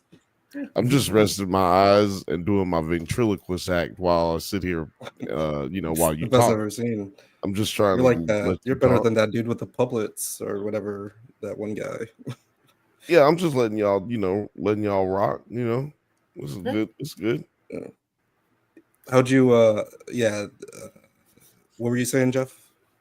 About no, it's just really cool seeing all the different pieces come. It's always good when it's always fun, when you have a story with a lot of moving pieces, especially when they seem completely unrelated, and then when they fit together like this at the end. My favorite part of the end of this, with the reveal and everything, like we said earlier, was, I feel bad, I forget Luthen's assistant's name, but with her at the end, pulling in the one ISB guy and getting him over there while she's getting the listening device. Mm-hmm. I just thought she was such a badass in that moment. She was taking charge of the entire fucking thing. She's spouting off these facts because she's like, they're going to fucking ask, so you're going to fucking listen. And the entire time, she's literally twisting it so hard, she's cutting into her own hand. Although I did think we were going to get a Green Goblin, Tobey Maguire situation where the one dude at the end, I thought he was just going to like see a droplet of blood on the floor when he went over. So it surprised me when they didn't do that. But other than that, yeah. It was awesome. Yeah, it was a really great episode. Yeah, and then all of the dialogue during that scene too, with him talking to Mon Mothma when he's talking about like, oh, my terrorist, your revolutionary, that type of thing. I was like, God damn, this dialogue is fucking fire. She was like, I was like, damn, girl's got some ball. I wouldn't be talking to him like that. I'd be sitting there like, yep, what's that? Can I like both of your boots, please and thank you. Don't kill me now. Yeah. It was really cool. It was really cool. And you can hear me, right? Yeah, we can hear you. Okay, well, this will do for now. Did you guys catch the last bit of what we were talking about? Not the last bit. Well, just continue and we'll catch up. Yeah. So this scene with Cinta, like, were you kind of attached to Cinta? I feel like they kind of didn't like show her off enough this season for me to like rebuild that attachment. Only like that brief scene. I do fuck with Cinta too, but I think that she is the catalyst of these last 3 episodes because she's the one. She's the conduit between everybody who is out there, and none of them know each other or have any clue what's going on. So I would put her. Yeah. So I've had that attachment to her. I don't. What about you, Jeff? No, I completely agree. Like I said earlier, I think that she's the Peggy Carter to Luthen's whatever character Tommy Lee Jones was in the Captain America movie. You know, I think she's the one actually pulling the strings, and she's the one actually in the trenches getting shot at, while he's back there, just point out like, well, I need this to get done, and I need this to get done, and it's like, okay, yeah, so you're the leader, Luthen, but no, Cinta's the only reason you're getting anything fucking done, man. Mm-hmm. And it's kind of crazy how it played into Deidre's plan. Like, they were wanting this to happen. They knew that there was a rebellion like starting up, and they were just waiting for them to fuck up to have any reason to break in there. It's pretty interesting that's how it played out. But yeah, I kind of wish they would have peppered Cinta in a little bit more. Sorry. Mm-hmm. Hey, man, you're good. We'll see one of you. Man, you're good.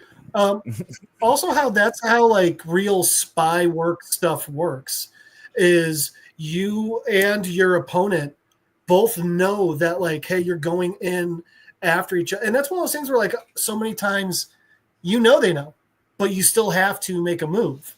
If you don't, you lose just as bad. And it's it was really interesting them showing that part, because that's the part I never think about. When you think about spies, you don't think like, hey, the person they're spying on is just as informed and smart. Yeah. It's just like this, like who is playing who at this point. I was like, there's so many different like stacks of like and layers to the deception going on here, where I was like, okay, is this supposed to happen? Is this not supposed to happen? Who's actually going to win? It's not for you. Spy It's not for you. Are they wondering if we see him? Because we see him. No, I have to wave to this stupid camera to get it to stop tracking us. Like, motherfucker, we're not moving. I would say that let's see here. This really added so much. I wish there was more of something like this when Brasso died, with that's just like takedown or like kind of eulogy of Cinta, because Brasso was just like left in the field. It was kind of intense. Dude, yeah. They were just like, whatever, bye. Right. I will say this. This actor, she almost pulled a King Joffrey on herself.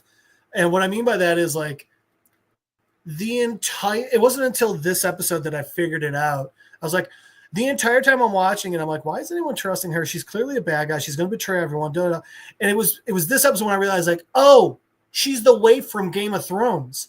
She played a bad guy so well in that I didn't trust her at all in this.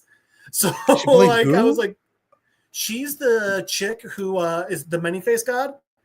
She's the chick serving him who stabs Arya. Oh, shit. Right. Yeah, that's crazy.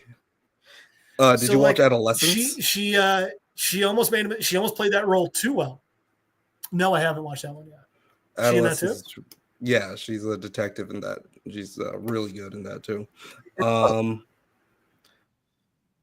Yeah, Val told it's super fucked up. Athelia said Val told that little boy not to bring the gun and did it anyway. Yeah. She should have shot him. I'd have shot him. Oh, yeah, at least shoot him in the leg or something. I'd have shot him. No, I'd have shot him dead.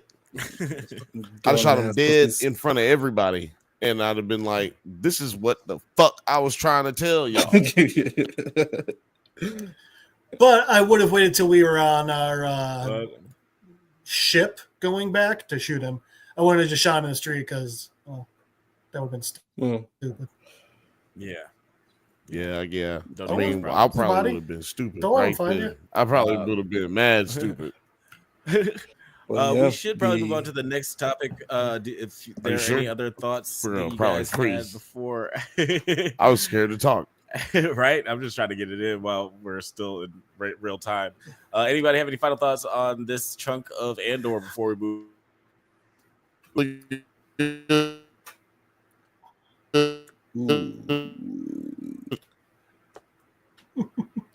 No, I do not. The only thing I was gonna say, I thought it was really funny when they were like, when they did escape the situation. See, I tried. And and they were like, yeah, we should have killed him up there if we had the chance. They were like, genuinely, that didn't seem like a fake smile. That was like them actually like fucking cracking jokes with each other. I thought it was pretty fun. Just nice morbid humor. Yeah. Gallows humor. Old-fashioned morbid humor. Revolutionary. I said, humor. I almost said humor. What about you? You want to know what's real Major? humor? Nah. Any highlights of the episode? Any final thoughts? No, I like seeing Diego Luna get the spiral. It's like he's the space Mike Weston, where we get to see. It's interesting when you get a role like this, where you get to see an actor play many different roles while playing the one role. I think it just is a great show of some serious acting jobs. Yeah, I agree. Right on. Well, guys, let us know what you thought in the chat of episode 4 through 6 of season 2 of Andor. We're gonna move on to our next topic of the night, the season finale.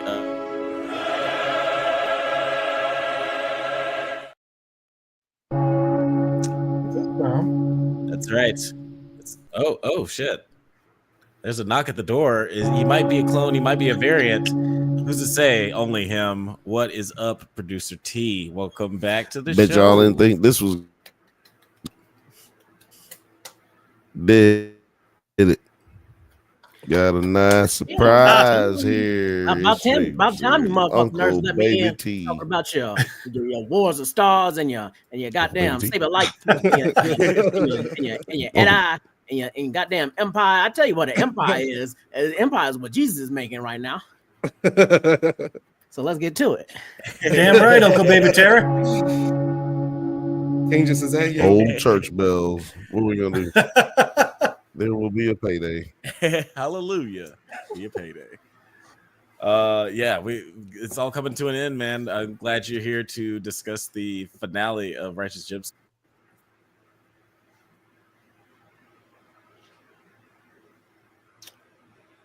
Stones. So if you guys Gemstones. it's real bad on my side too. Righteous Gemstones. We're just here. Righteous Gemstones. Righteous Gemstones.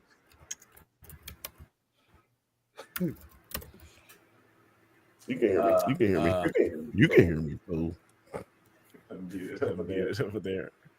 It's echoing. But anyway, we can see and hear. Wonderful. It's echoed for us, not them. Okay. Oh, it's echoing for. No, it's echoing for us. It's for us. Yeah. What? But Producer T, since you're joining the chat, do you want to tell us what your initial thoughts were on the finale?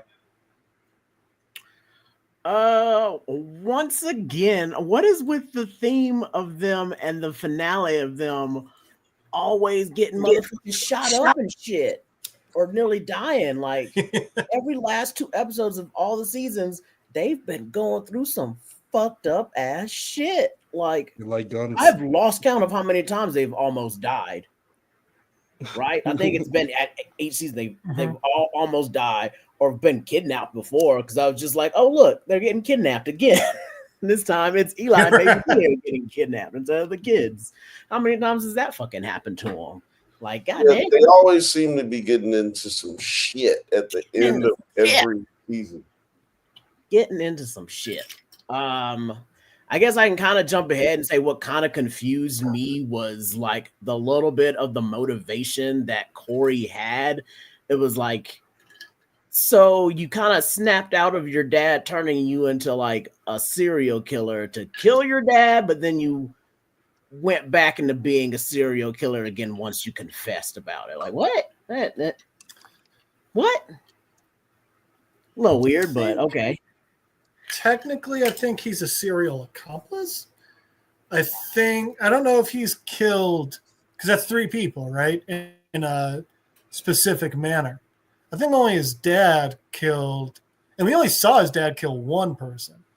and then he said the kidnap. first. Big You Dick remember Mick. he said the first one, and then they that's a finally good got point. up to Big Dick Mick. So there was like between the dude they finally killed and Big Dick Mick, who they started just torturing people. There were people in there between them. Yeah, that's a good point. So I'm saying, What I want to know. I think there was like a good 3 or 4 more dudes in there that they were dead. They're dead because he started killing them. Because once he killed the first dude, he was killing them at that point. So he trained them to They be. showed a lot of dudes in that when they was doing lookups. Gatorland. They showed a lot of dudes in that. There was a lot of dudes. That's what I'm saying. I was like, that's why that gator was so damn big. Right. There was some numbers. They were putting up numbers. So that's what I was like, that little motivation of I guess that's weird. But I took it as Corey just snapped. They gotta like jump the shark and shit and show them all get shot up. And like I don't know if you watch enough TV to see will get shot at in TV and movies. It was like, oh, they're getting shot at those right TV movie places where they're not dead. Right. Yeah. This episode was like pretty crazy. I did like this season on the whole, but I did feel like that this season was probably one of the weaker seasons. Like especially like the mystery and like thrillery aspect of it. It wasn't quite as intriguing as it has been, but and also feel like Sean William Scott was kind of wasted. Like I feel like they didn't really get into the sinister nature of him until like the last. Yeah, it was weird. Nigga, I've been telling you about the sinister nature of the Sean William Scott character the entire show, the entire season. I've been telling you that nigga's crazy. And I said that he was the one that was killing all of her boyfriends, which all turned out to be true.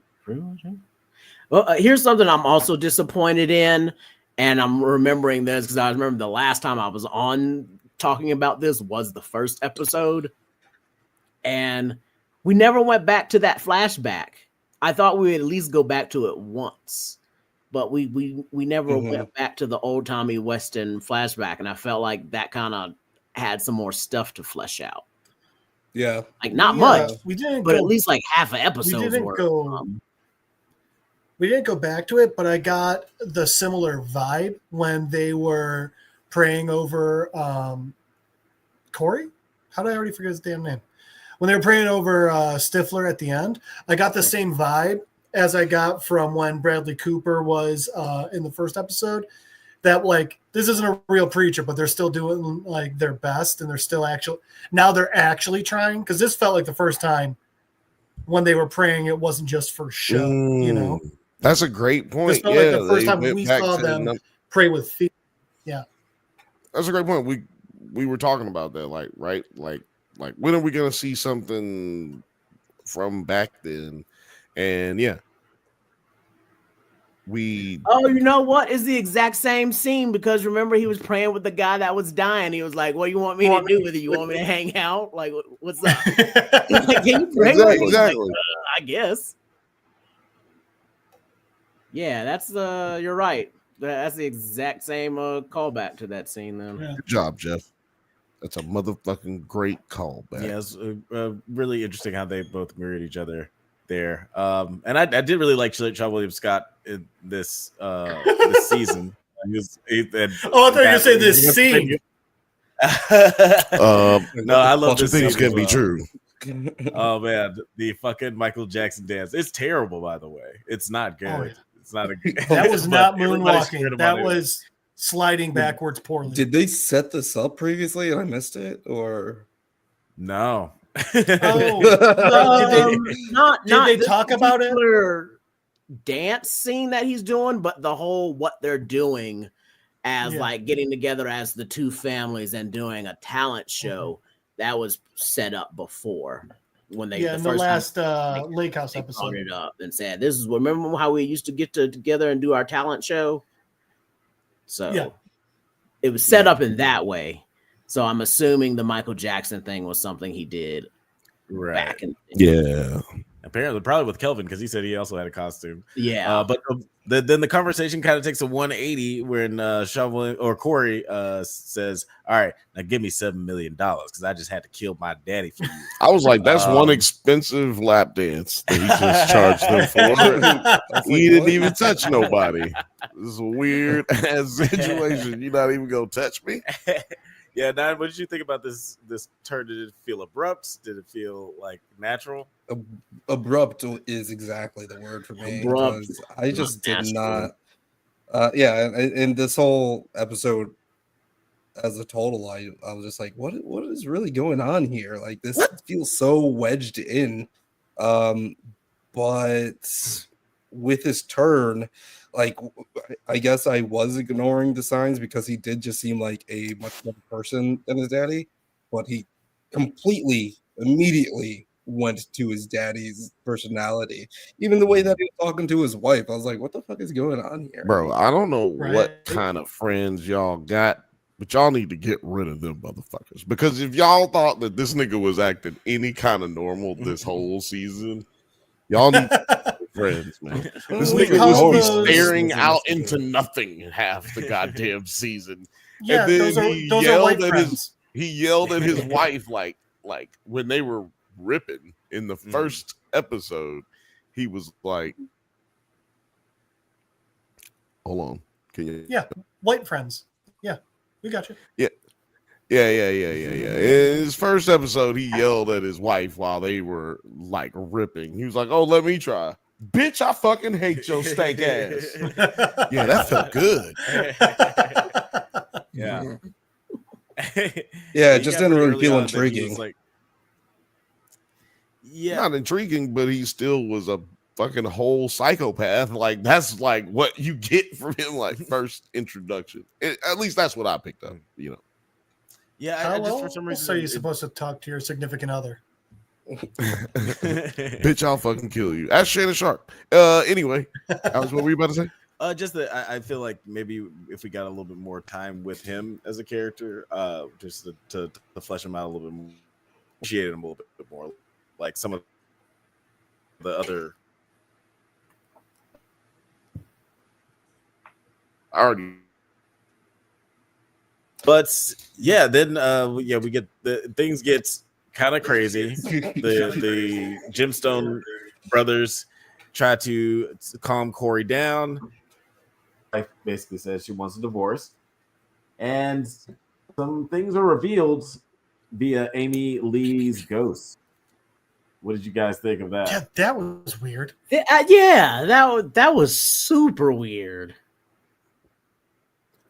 I told Alex he didn't appreciate shit. I gotta tell you, That was from y'all didn't hear from it. the second we saw the kids walking up to Eli when he's on the stage, and they're like, "Daddy, we're okay if you want to get your dick wet." From that point on, it was such a hard left turn that I honest to God thought it was a dream sequence. Yeah. And then when we see Amy Lee's ghost, I'm like, oh. Oh, now Jeff is now Jeff got biting the bullet.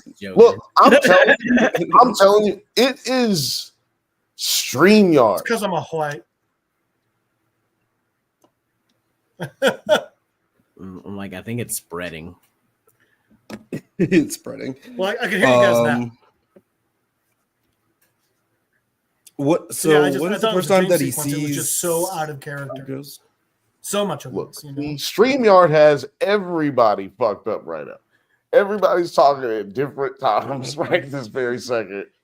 And obviously Jeff's stream fuck up. This is some stupid shit.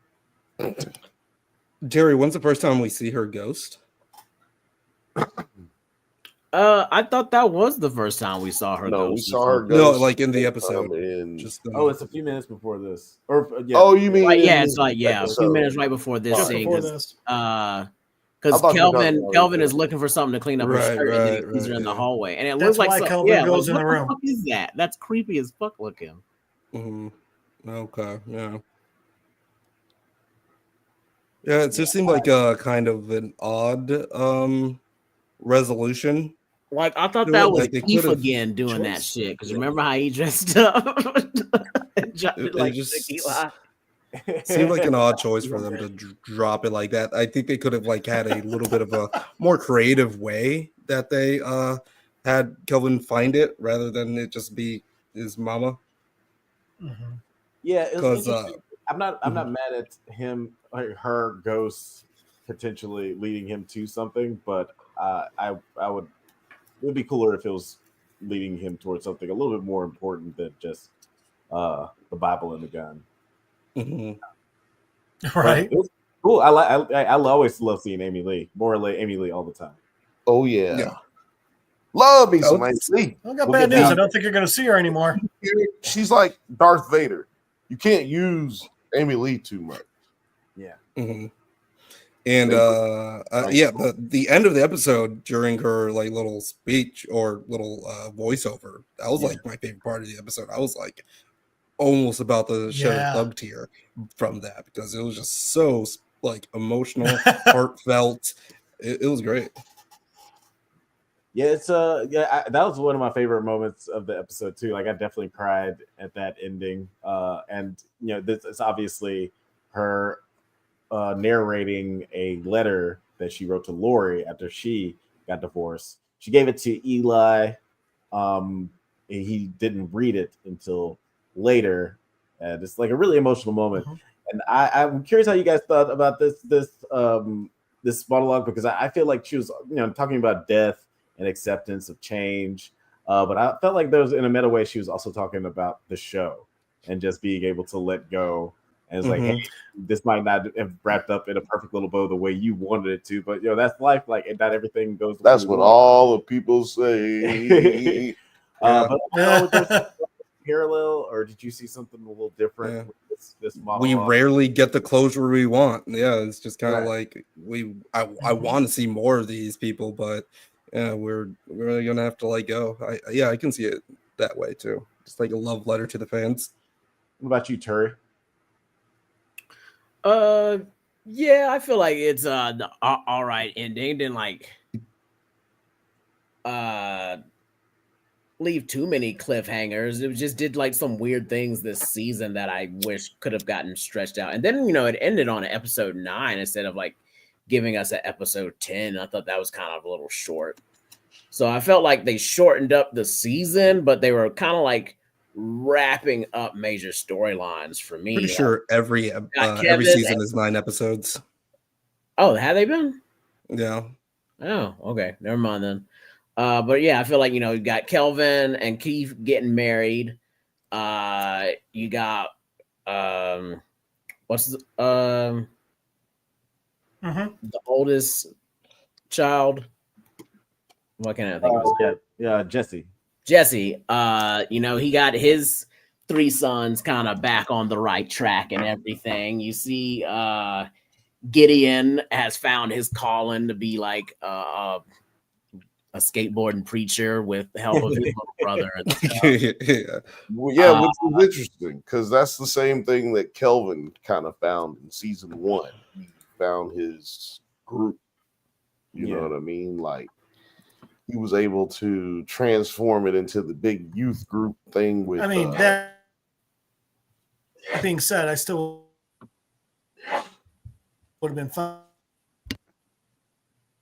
It's contagious. Adding an no, it's so contagious. Extra episode for the finals.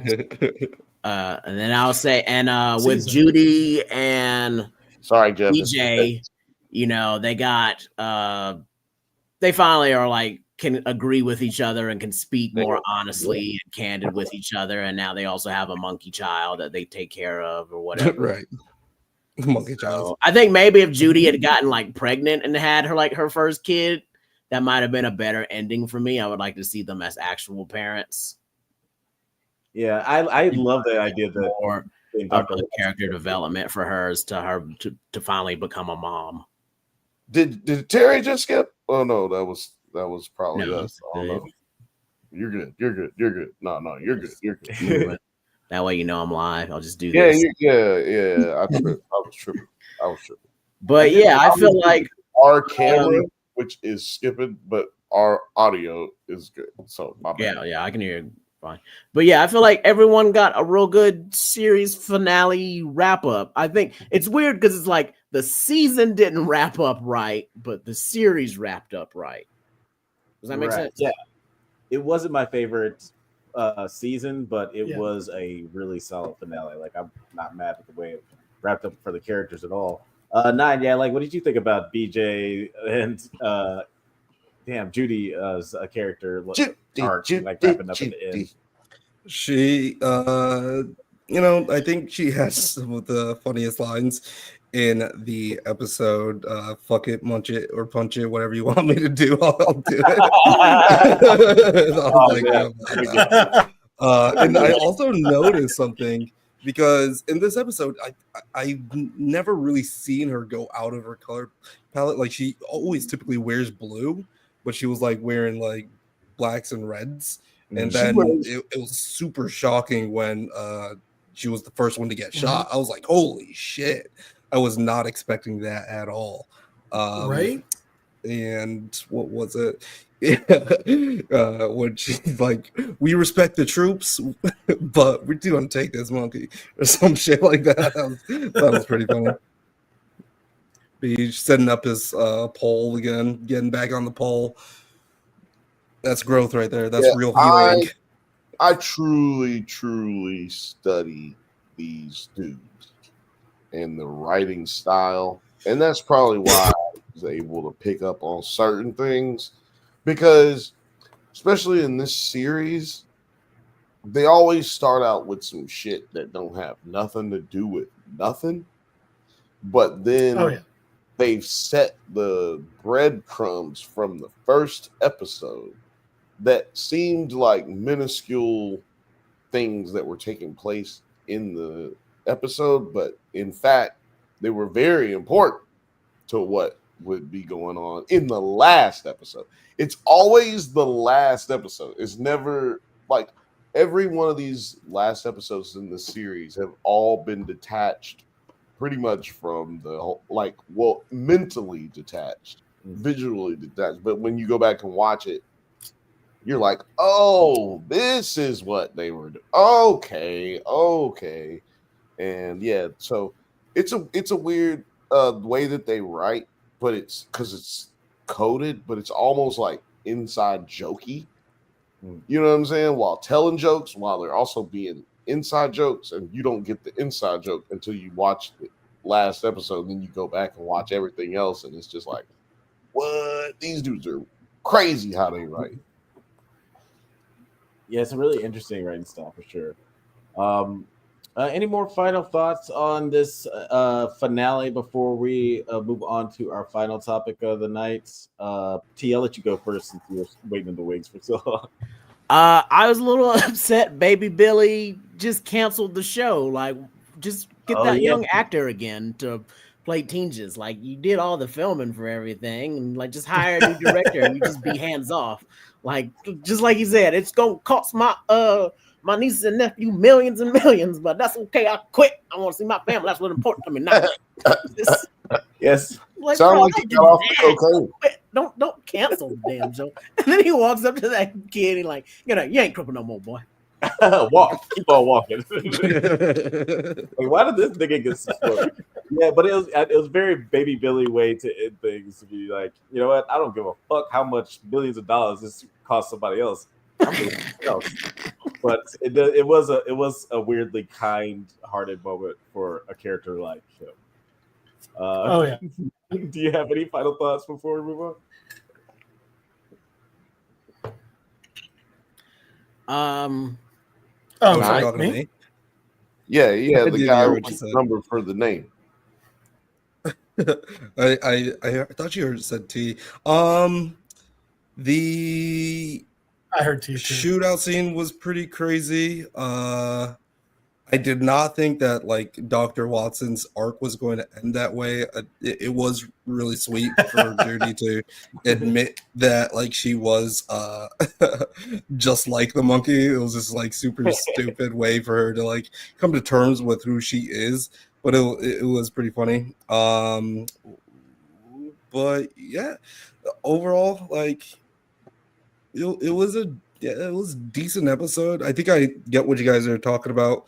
Good series finale, but overall just a decent episode, I guess. I don't know how to explain it. Not to me. This was a dope fucking series, dope fucking episode. I can't say enough about the episode because, like I said, I was on top of this shit. Like they brought key elements from each season and put it together. Like they never had a season in which, and we've been covering all 4 seasons on Drunk Banthas channel, and they never had a season where it wasn't like this. This is how all the seasons ended. It started with this, started with that, then ended with something you didn't really anticipate. And that's why season 1, I stopped thinking about like what I wanted to happen or how I felt it was gonna happen and start looking at what they trying to do. Like what are they trying to do exactly? So yeah, that changed how I started viewing it, but yeah, I mean, I see how everybody got. I see how you would feel that you don't really fuck with this episode because it's the season finale, series finale. Never gonna get this show again. I feel like if this was just a season finale, getting ready for season 5 coming up, I think that everybody would be just fine with this episode. But it's it's over with. So how are you supposed to feel? You want that uplifted feel. You want to feel like they went out with a bang, but really, they just made these terrible people nice. Oh, You know what I'm saying? Yeah, that's kind The technical difficulty this episode here. Justin, what about you? Any final thoughts on the episode and the series as a whole? I thought it was funny that they used the plot device of him running out of bullets, but he fired 9 shots. It's a revolver. So you use that as a plot device, but you don't use the right amount. Okay, whatever. But aside from that, I'll just say, and I've said about several things in the past, give me a good ending over just like running a show into the ground.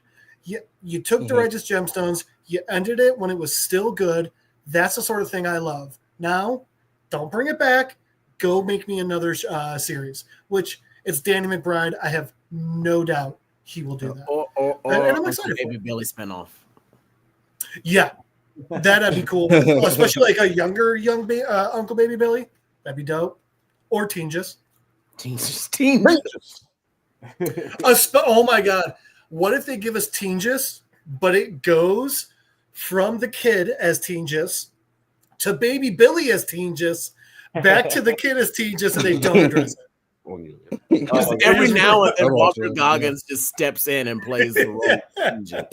So it's just like when it's like we are watching how it actually got filmed. Yeah.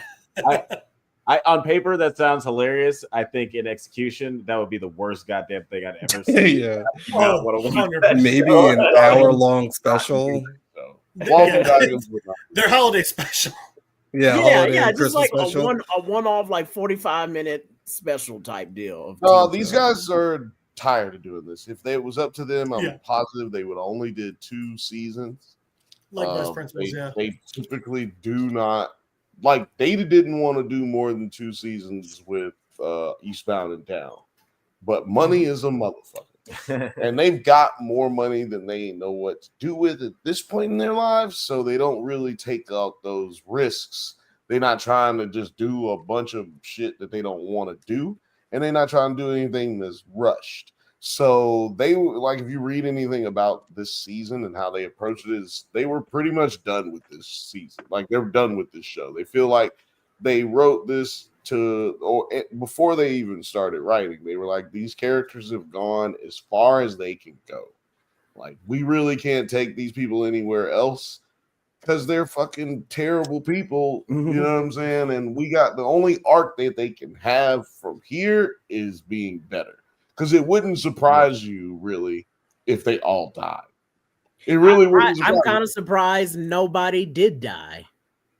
Exactly. Well, that's what I'm saying. Like somebody did die. Corey got his brains blew out. Yeah, but the main cast, like any of the Gemstones, was like, I'm surprised. And like Eli, I was like, I've been expecting him to die off. Yep, that was the patriarch that was out there for quite some I thought time. they would go with the Succession route. No, I was a little worried Dr. Watson was going to die. Yeah.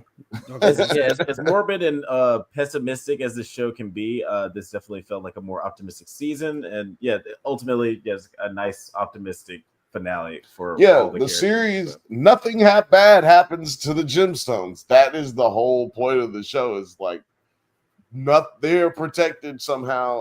These people should have all died in a fiery. I wouldn't say nothing bad. I would say they survived bad things happening to them. Wait a minute, I can't hear you while I'm talking. I was saying because you said nothing bad happens to them. Like, no, I was like they survive bad things happening to them. Yeah, but that's bad things happen to everybody. Nobody would survive the things that they've gone through. And these guys are still millionaires at the end of the day every single time. Hundreds of millionaires every single time. So I'm not gonna look at it like something bad happened to them. They should be. These are things that they deserve in life because they're terrible fucking people. But guys, let us know in the chat what you thought of the finale of the HBO's The Righteous Gemstones. What do you think Danny McBride and Jody Hill have? Not Jody Hill. What I keep saying. It is Jody. Oh no, it is Jody Hill. You were thinking Jonah Hill, and then you said Jody Hill, and then you were like, "Damn, I said it wrong." You good? Right? Fuck myself up. But let us know in the comments what you thought of this finale and what you think they might have cooking in the old creative oven. I don't know why I said that. That's fucking stupid. But let's move on to our last topic. I'll tell you what they got cooking: pancakes, baked pancakes. Actually, I had a pancake that looked like it was baked the other day. Fucking gross. Tastes like a pound cake. Yeah. That's. I mean, I love pound cake, but that's not what you want it. But let's talk about our last topic of the night.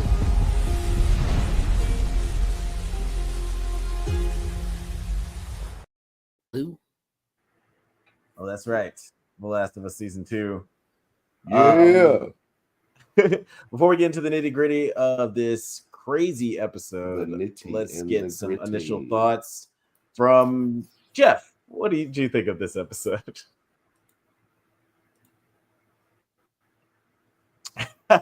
What? Oh yeah, that's right. Well, I thought that I understood why people don't really like Bella as Ellie, but I guess I disagreed with the reasoning why.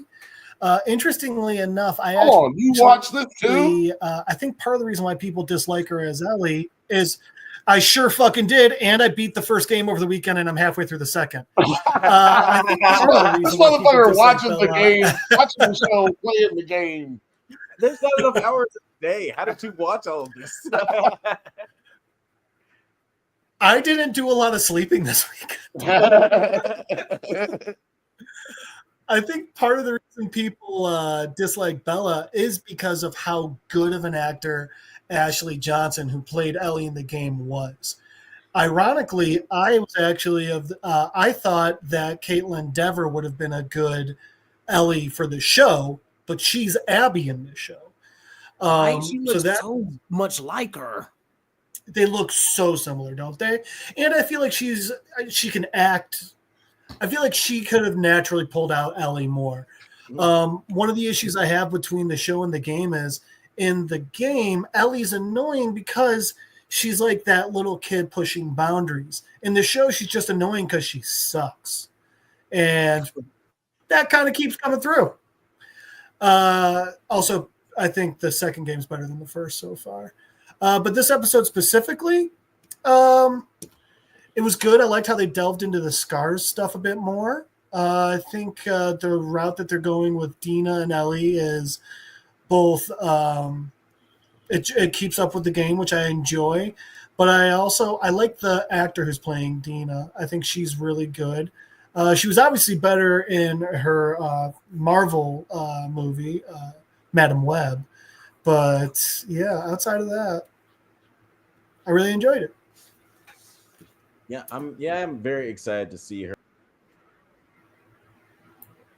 And now I'm interested to tell you guys what I think about everything. Am I the only one here? I don't know what happened just then. Okay, that was really. I was like, oh god, I binged. You're running the show now. Too much. I binged too much too fast to be able to tell you about one fucking episode. I need you guys so I know what happened in this episode. I am very glad that that's not what happened just then. Like, I'm glad for you that we all just bust out of here and leave you hanging. Damn, which way is it supposed to go to make this shit not happen? Okay. Yeah, Nine, what were your initial thoughts on this episode? That's really funny that you mentioned Caitlin Dever. I think I mentioned that on like episode 1 that I feel like the casting was kind of fucking with us with this one, with the casting of that. But this episode was really cool. I kind of wish that they were able to blend a bit of the last episode with this episode. It kind of just gets me a little worried that this is episode. There's only 7 episodes in the season, I think, and we're running out of time a little bit, so it's got to be like what this is episode 4. It's got to be a hype episode 5, 6, and 7. They got to do their thing because there was so much I think that they packed into the first season, and the way that they chose to extrapolate on certain parts that weren't even in the game was pretty masterful. But they kind of took a back seat with it on the last episode. Did we need that whole episode of them getting to Seattle or having the council meeting? Guy talking about corn, even though we had like a lot of fun talking about that corn guy last episode. I think that it could have been a bit more fast paced, but this episode was interesting. Josh Peck making a random ass cameo for no goddamn reason. That's right. Yeah. I was like, why what here? Who was it? He was fanboyed in the this motherfucker. They fanboyed the fuck out of him. He's like, you want to be in the show? Yeah, we got to roll for you. We're just gonna toss these grenades at you. And you're in the show. He's a nice guy. I met him once. He is excellent at playing a scumbag. He's really good in this scene. He is pretty scummy. I was like, wow, terrible person. Like you. Which is a good representation of the Fedra. The Fedra soldiers, Yeah, I heard he beats awful in the game. His homeboy Drake has definitely gotten into some trouble. I heard he beats women, and he used to hang out with Diddy. All the white parties. But T, I'm curious, since we're talking about this scene a little bit, diving into the beginning of this episode, what did you think of like our introduction to Jeffrey Wright? And were you a fan of the game? Probably where the beating was happening. Oh no, I thought we discussed this, that I didn't get past like, what was it, like episode 1 was about as far as I got in the games, and then I was terrible. Oh, okay. So by the way, we never seen the game, so I don't know what the fuck. So like I'm familiar with the game, and I know. I was like, damn, I thought you've been watching the show. Now I'm familiar with like the story plot and everything that's happening in the game with some of it, but like it's still all new to me. So it's basically just a new show to me with what I kind of know about, like reading on the Wikipedia and stuff. But when they showed Jeffrey Wright, I was like, I called it as soon as they showed him. I was like, oh, he about to be a character. This is like the past. So, and he's working for Fedra. And I know he's about to be a character, so that means he can't be working for Fedra long. And then, like, as soon as he was like, "Why do they call them voters?" and he was like, "Because we're making fun of them because we took them away." I was like, "Oh, this dude is not Pedro right now."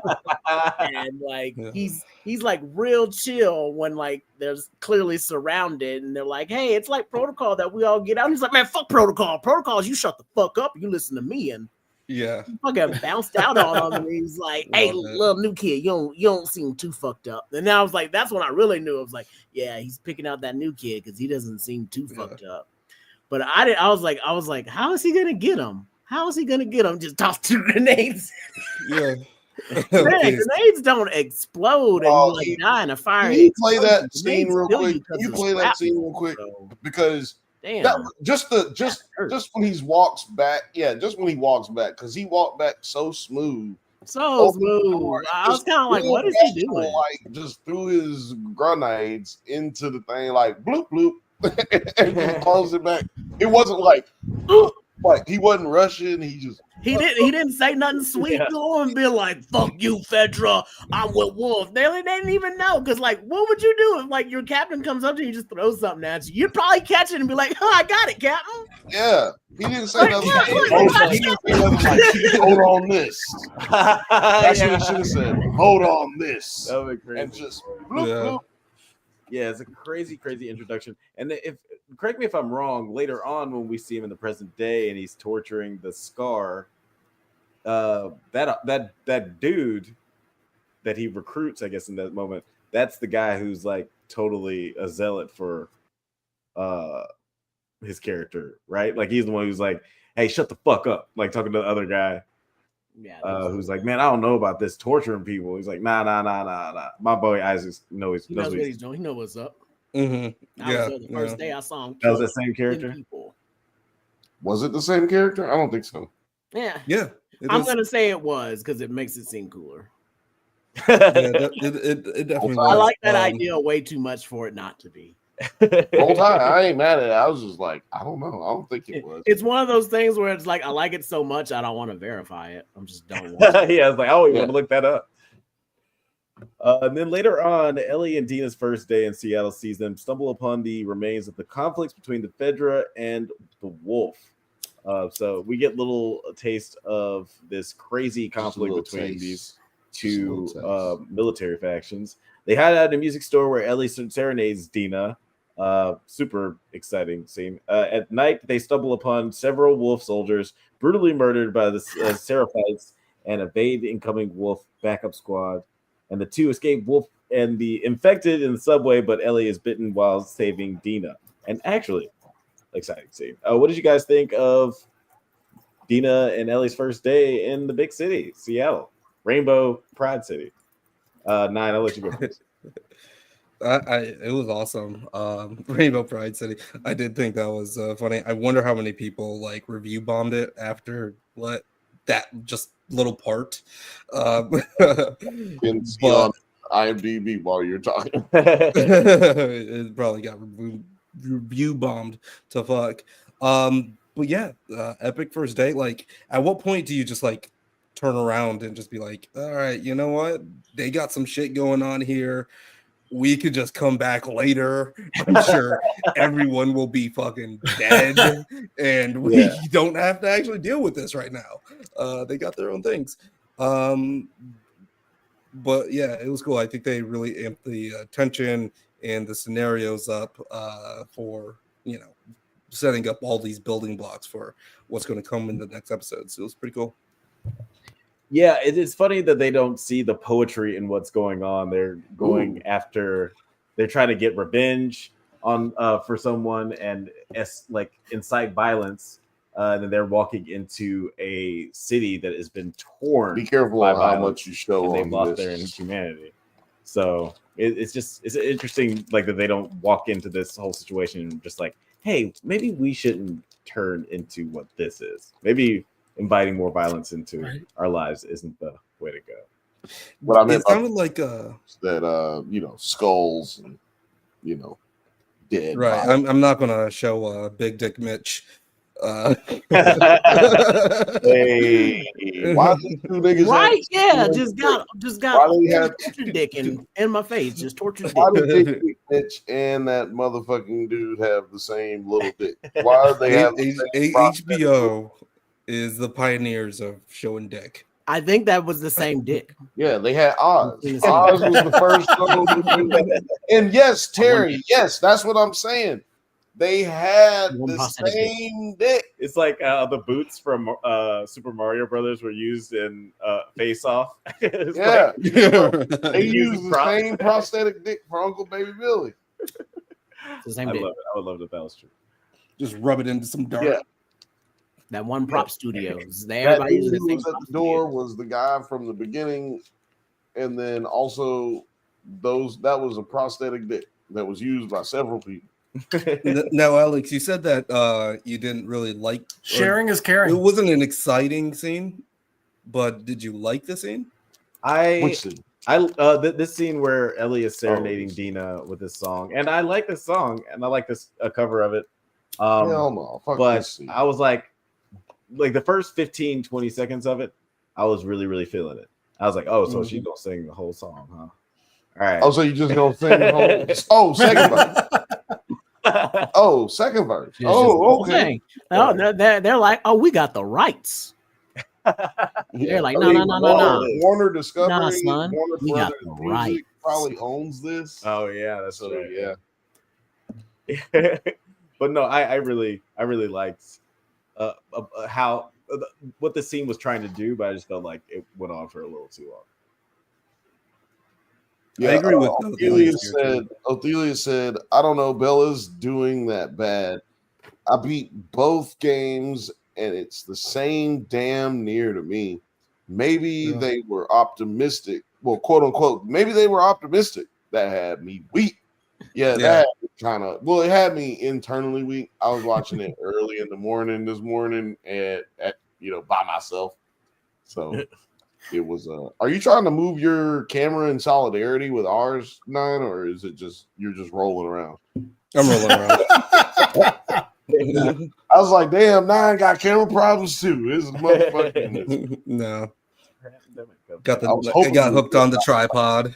I was hoping you're doing it out of solidarity, but Oh well, it is. It's out of solidarity. Yeah. But then we do get our genuinely really exciting scene later. What did you think of like the chase through the subway? Like they almost get killed by wolves, and they almost get killed by clickers. I gotta say, I you was sound like John Witherspoon.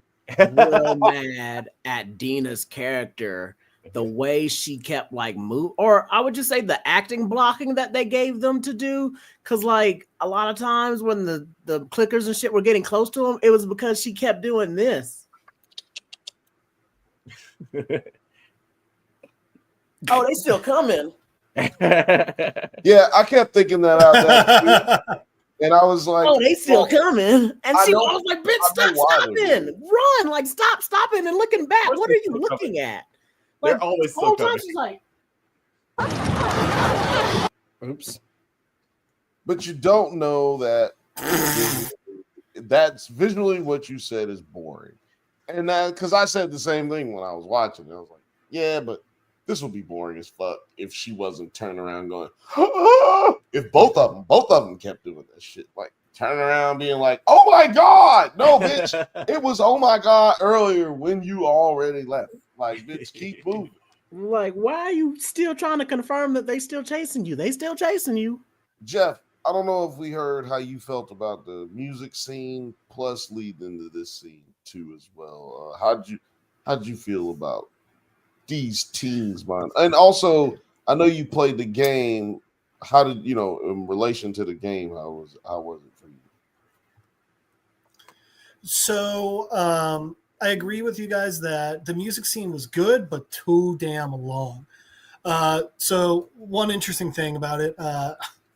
So first off, this one episode has 60 results in the trivia just for this episode on IMDb, which is just insane.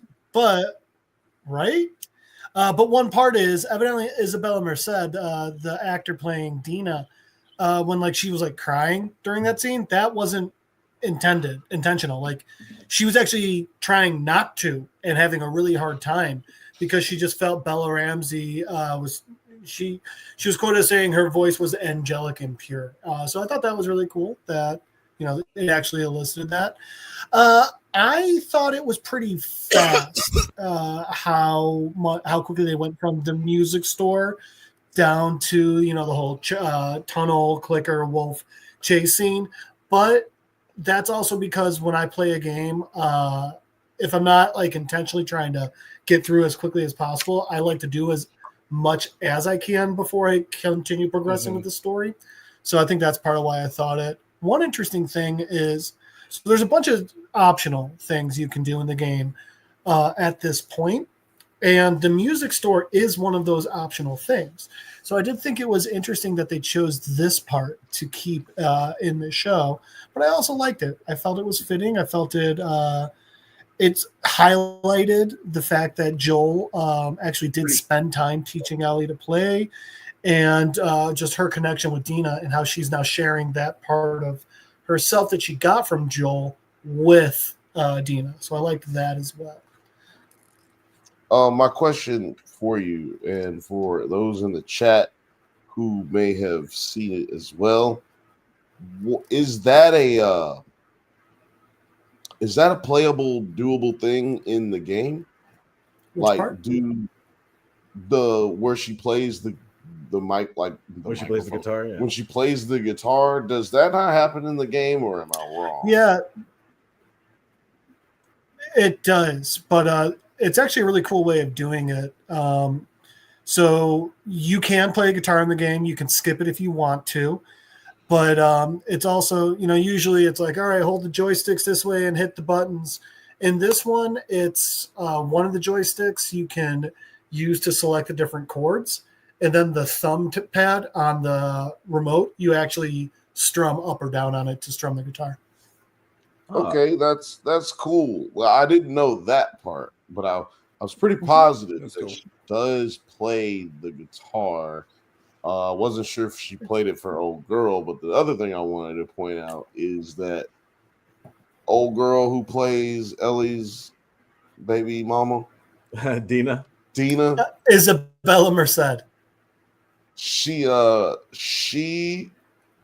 girl. When the episode where Joel dies came out, she went on IG Live and she was just crying like crazy. Damn. She was just talking about it. This bitch is in her car getting gas, and she was just like completely started crying. So I can see how she would be in this episode and be like, oh, be acting and be like, I'm trying to hold back these tears because this is such a beautiful moment. But she just cried like a little baby while just trying to talk to people on Instagram. I was like, you're a crier, girl. This is what you do. She's definitely an empathetic actor. You could tell, like certain actors like Zoe Saldana, where you can just tell a lot from what's just going on their face without a whole lot of dialogue. And I think that her being able to tap into those emotions, a huge strength for her playing this. Just emotional. There ain't no tapping in. In her defense, with great running faucet. Sorry, Joe. She is an actor. I think no, you're good. I think it's important to remember that with great responsibility comes great power. And it was raining. It was so bad. That movie was so bad. Loved it. Oh god. I will say I thought it was interesting that they chose to have Dina there when Joel died instead of Tommy. I don't actually like that. I think it would have been better the other way around for both characters. I think it would have been better for Tommy, and I even think it would have been better because then Dina's motivation for going to Seattle with Ellie, while she still loves Joel and looks up to him, is more about her relationship with Ellie. And then I think makes her time in Seattle more tenuous because she's just there for Ellie. It's just, I don't know. I would have stuck with the game version of that personally. It doesn't change anything really. Too tough. other than Tommy's growth or fall from grace.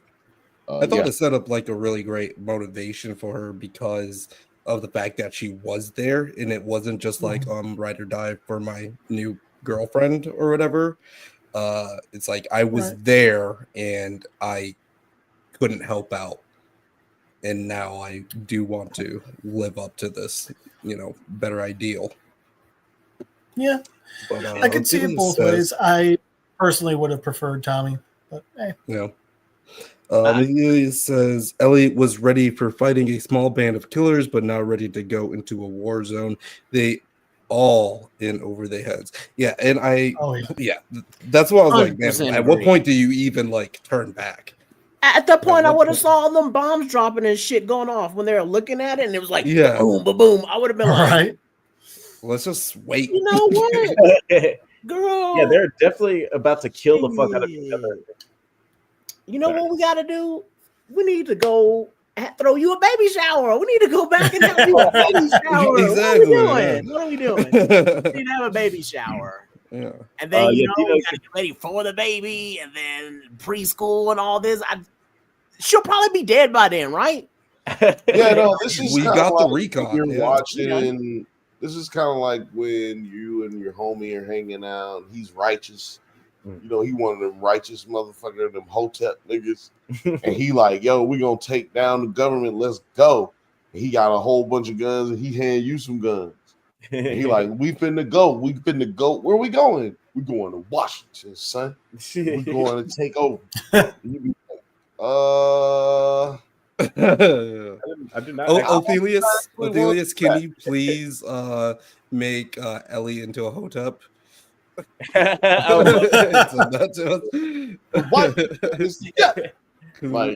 can't feel it that white man is the devil, but I got a white wife type hotel. You know what I'm talking about? Like you guys mentioned, Dina. Do you guys think Ellie's the dad? Absolutely. You are the father. We got to go on Mari to find out. Ellie asked if it was homeboy, and she didn't confirm. But Dina does confess to Ellie that she is pregnant, and then they have sex. And I did like the way that their relationship. Can you read that again and then say? Can you say exactly what you just said? Dina confessed that they had sex, and that they have they have sex.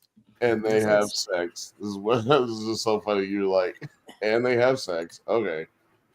I mean, worse and weird because it was just like, oh, you're immune in a zombie. Guess what? I'm pregnant. Let's fuck. I'm just like, wait, if I fuck you. Oh, yeah. What? It seems, guys, foreplay in the apocalypse is weird. Those fingers, those are some sloppy fingers right there. Can you get infected if you were fingered by a?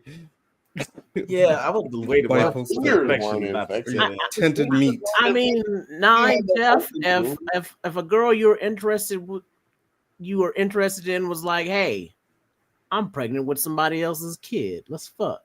Are y'all down for that? That turns you on like automatically? I'd normally no, but if I'm immune to zombies, yes. I don't know this nigga. Are you asking if I would smash if I knew a girl was pregnant but it's not mine? Yeah. Ellie big, nigga, hell yeah, I'm smashing. Yeah, I mean, yeah. That does not equal no smash, sir. Because if she tell me that all almost hold up, wait a minute, something ain't right. And then I'm in there like swimwear. Yeah, Dina's pretty bad. I'm just saying it would make me pause for a couple days at least. I would be more worried about the bite. He said but a couple of days. That is funny. How did you guys? This was like just a sort of interesting character moment for her because we've seen that she's a very impulsive character, and this is just like all these emotions rushing together of her thinking that she's gonna have to kill the person that she loves, realizing that she's actually gonna be alive, and just having the full realization of her feelings. And I feel like Othelia said. Oh, wait, they say, nah, that white girl is crazy. I'm the therapist. You gotta let her go, Ellie. Crash I'm out. with the therapist. Yeah, let that bitch go. That's what what's her name told him. The therapist told Joel, brother, yeah. Hey man, let that shit go, dog. That bitch is worthless, nigga. Don't die. Oh, she Like, told what should I do about the girl? I was like, when she was just like a crash out's a crash out. That's just what they do. Yeah, I did love that when she And said, I kind of like how she made it to like be like, hey, it wasn't even your brother's fault. Like your brother's crash out tendencies really didn't affect her. They just clicked up and just had nigga synthesis. That was that was definitely now they're about to have under they're just two people who are having nigga moments, and now they had nigga synthesis. Yeah. Yeah, I don't want her to walk His crazy down the peanut path butter Joel mashed her did. crazy chocolate, real good. Ooh-wee. This nigga got some $1 million words, don't he? Man, I was literally about to hit it. Oh, yeah. I was about to hit it. Wicca. No, I'm not worth that right now. And then this motherfucker hit it. I did. Well, yeah, the tension that the scene draws from is pretty dope. Just knowing that, like, Dina was going to do it. Like, she was like, I'm going to make this quick for both of us. And I was like, yeah, how do you even explain that shit? Like, I'm actually immune. I've been lying to you this whole time. It's like, bitch, I do not believe you. You are lying. I probably would have shot you in the leg just for lying to me about that. Yeah, right. Now I'm gonna make it painful. Why would you lie to me like that? I'm immune. Yeah, that's gotta be a really tough moment. Right But there. That also, was it's refreshing to know that your girlfriend is like, post-apocalyptic Jesus or whatever. Yeah, the most important person in the world. Not anymore. No doctors alive no more. Shit. Yeah. Still, she could get so much stuff done. Like, if people weren't afraid of her, or like she wasn't trying to hide the secret too much, then she would literally be like the empress of the new world or whatever the fuck. Jeff, what? He's doing ping-pong numbers. Well, Jeff, are there any spoilers from the game that you would like to share in as far as what you think? No. Or Please how don't. I'm not going to share spoilers. Hold on, y'all. Or how you think that the next episode will go, or what direction they're going in. Oh, I'll say this. The game is split, I believe, between two very big parts. I think with us only having 3 more episodes, I think this season's going to be half of the game. And I think we're going to get the other half in season 3. I don't see another way they can do it. Also, frankly, like it's too long of a game. They should have split it up. They should have split up the first season, in my opinion. Yeah, I will say this too, though. One thing that I think the game did better was the whole Ellie immune thing, because in the game, she actually did tell Dina well before this time, but Dina was like, haha, okay, nice try. So then it's a little easier when she finally does tell Dina. Right. I will say, in the show, Dina made the same mistake Joel did. Should have killed Ellie. Yeah, Ellie's immune, but Dina, you had no way of knowing. You should have pulled that trigger before she fucking turned around. Yep. You know what? Yep. That's fair to say. Yep. Should have killed. Hey, hashtag kill Ellie. No, she does have the upper hand, so I can see her rationalizing, like waiting until the last minute to actually have to pull the trigger. But yeah, you can see she was ready. She's ready. 9, as somebody who's played a little bit of the game, how you see these next? How you see this next episode go, or what direction do you think they're going? Have you played the second one? I've only played a little bit of the second one. And no, I It's better than the think first, man. that I heard like the AI and the mechanics are a lot more in depth when you get into it. But I think that what's definitely going to happen, I mean, we need either like Joel to be like, we're probably going to get a flashback episode or a flashback scene. And also, we need to have them encounter someone from the group that killed Joel.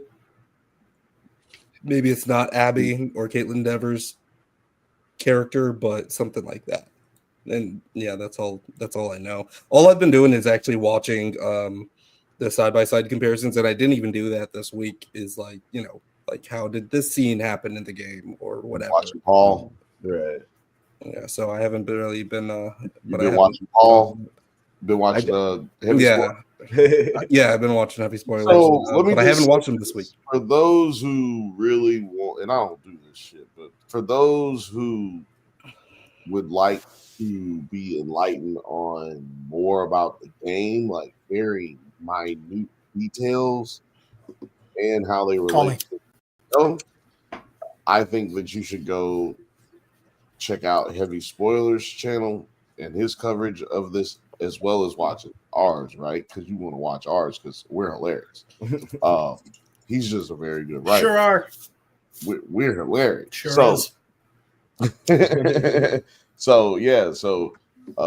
But we're not gonna do all that here. So, but yeah, he's played the game about 10 times more than Jeff did this weekend. So that's someone who's definitely got some information, someone who's done all that side quest shit and, you know, figured out the whole game, you know. Yeah, he's definitely got some good coverage. Pete Peppers also got some really good coverage. Pete Peppers has coverage, but he hasn't played the game a little bit. Oh, no, he hasn't. But, yeah, he just does a really good job. Yeah, he does a great job. Pete Peppers does a great job. I wasn't going to shout out nobody else, but yeah, Pete Peppers does a great job. He's well read on things. As someone who's like halfway through the game, how did you feel about this scene? Because I have no idea about our dog's character. This one with Isaac? Yeah. Isaac? Mm-hmm. So it's interesting because so far where I'm at... So if you're from Africa, why are you white? Who did that? Okay. Who did that? I don't know which one. I'm white. I don't know what that is. Who did that? So clicked on the... It's interesting because Othelia says it perfectly. They made Isaac way more interesting. And the thing is, where I'm at in the game, everything you learn of Isaac, you learn through notes found throughout the game. People talking about Isaac, mostly people talking about Isaac.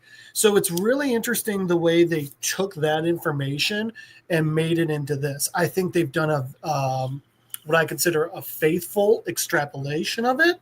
But like Othelia said, way more interesting in this show. There's not many. I mean, the game's just got so much more time to explore things. So traditionally, the things shown in the game, I feel, come across better or more interesting than the show. But this show's winning hands down. It's like that Bill and Frank episode. Winning. They did real justice in the show. Oh, okay, so you're saying that they made Isaac way more interesting in the show. Wait a minute. I think so. Yeah. Okay. I just realized we got 2 gay episodes, 2 seasons. Yeah. Well, Like, 3 every episode is gay. Yeah, every episode's kind of been gay. When Ellie's girlfriend died. Ellie's a gay. Ain't no every episode's a gay episode. Y'all are wild. Every episode's a gay episode. No, I do feel like I did read that the showrunner said that there's going to be an episode in this season that just focuses more on the relationship between 2 characters. So that might have been this one, but I feel like it's going to be the next one, which is going to be a flashback Jesus episode with Christ. Oh, okay, okay. Well, and I'll deal with there's that. But there's some rather substantial flashbacks in the game. Yeah. Okay. Yeah. I actually did hear there are a lot of flashbacks to the game. But I do feel like the next episode is going to be a flashback episode, and there is going to be something that happens where Joel sort of reveals in one way or another that they're gonna reveal what happened to Eugene. They're gonna show what happened to Eugene. Well, what Eugene, happened? The Eugene guy. Well, how he saved Bella, and that's why he's so mad when we meet them in the beginning of this season. How do you guys Ellie. feel about it? Think that Ellie, right? Oh, and Bella the character, yeah. Bella the person, Bella the actor, Belly. But Belly. He already did the She's saving Tupac. already, so I don't think we're gonna see no flashback of the very last scene of the last episode. I don't No, think not that. I'm saying that he's going to say something in conversation that's gonna twig her to the fact that he killed all those people to save them. It's just gonna sort of reveal that. So now it's gonna be this unspoken truth, and that's why she's pissed off when we see it later. Did seem like they had made up after the last time we saw them somehow, and we haven't seen anything like that yet. So. I don't think Pedro Pascal is completely done with the show or whatever. Well, no, I don't think that they made up, but I'm going to throw it to you, Terry. I don't think that they made up, but I do think that we're getting a flashback because they keep using Pedro Pascal as the marquee. Like they'll have Bella in the very background, some of them. So here in Los Angeles, he's in new posters. He's still being used. And in the if you go to Max, the app, it's still being used. So fucking LA posters. Barry, what were you about to say? I was saying if you were Ellie and Joel told you what he had to do to save you, would you be mad? No, nigga, would you be mad? Hell no. Them niggas was trying to kill me. Like the fuck. Well, they was going to turn her body into pieces. I was like, they were trying to do what to get the cure out of me? They got to do what to get the cure out of me? Damn, I guess we ain't about to get this cure then, huh?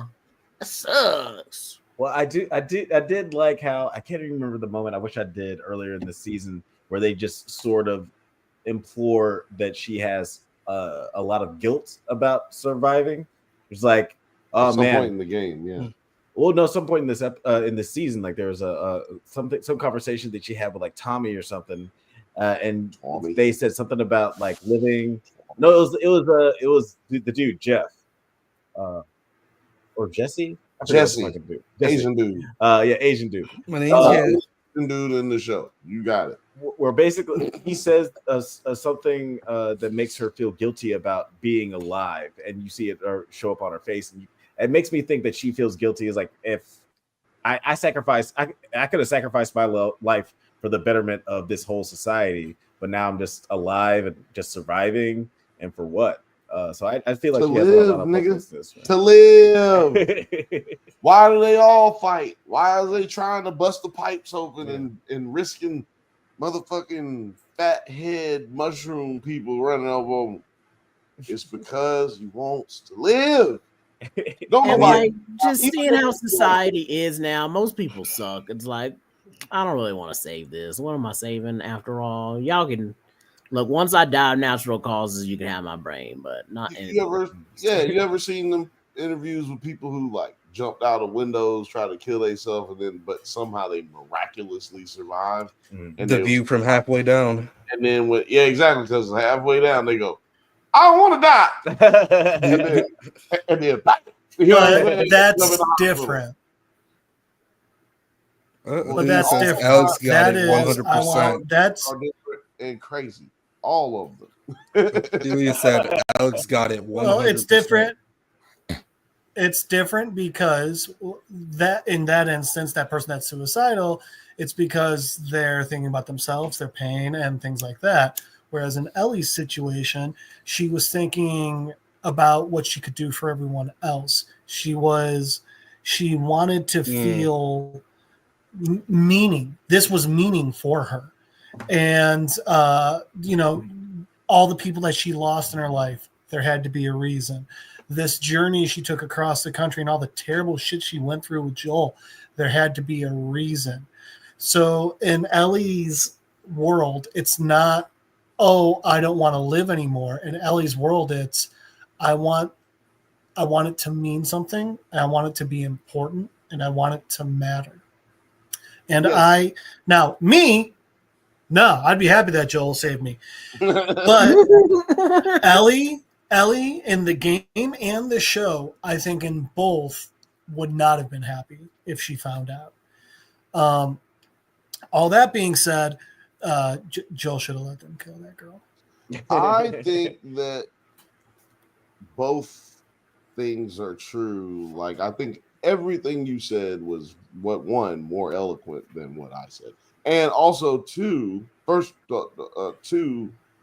well, before I get to, I'll switch the order. One, Ellie's World sounds like a awesome TV show that we should somewhere in the next 5 years. We need to be seeing an Ellie's World TV show. I'm here for it. That sounds like an alternate universe where Ellen created a show like Bobby's World in the mid-90s instead of Bob Saget. Yeah.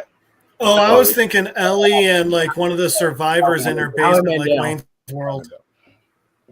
Yeah, but the second thing was, I think that everything that Jeff said right now is eloquent as fuck and absolutely right. But I think that those things, all the emotions you just described, are things that would lead you to that kind of depression that would make you want to unalive yourself, if you will.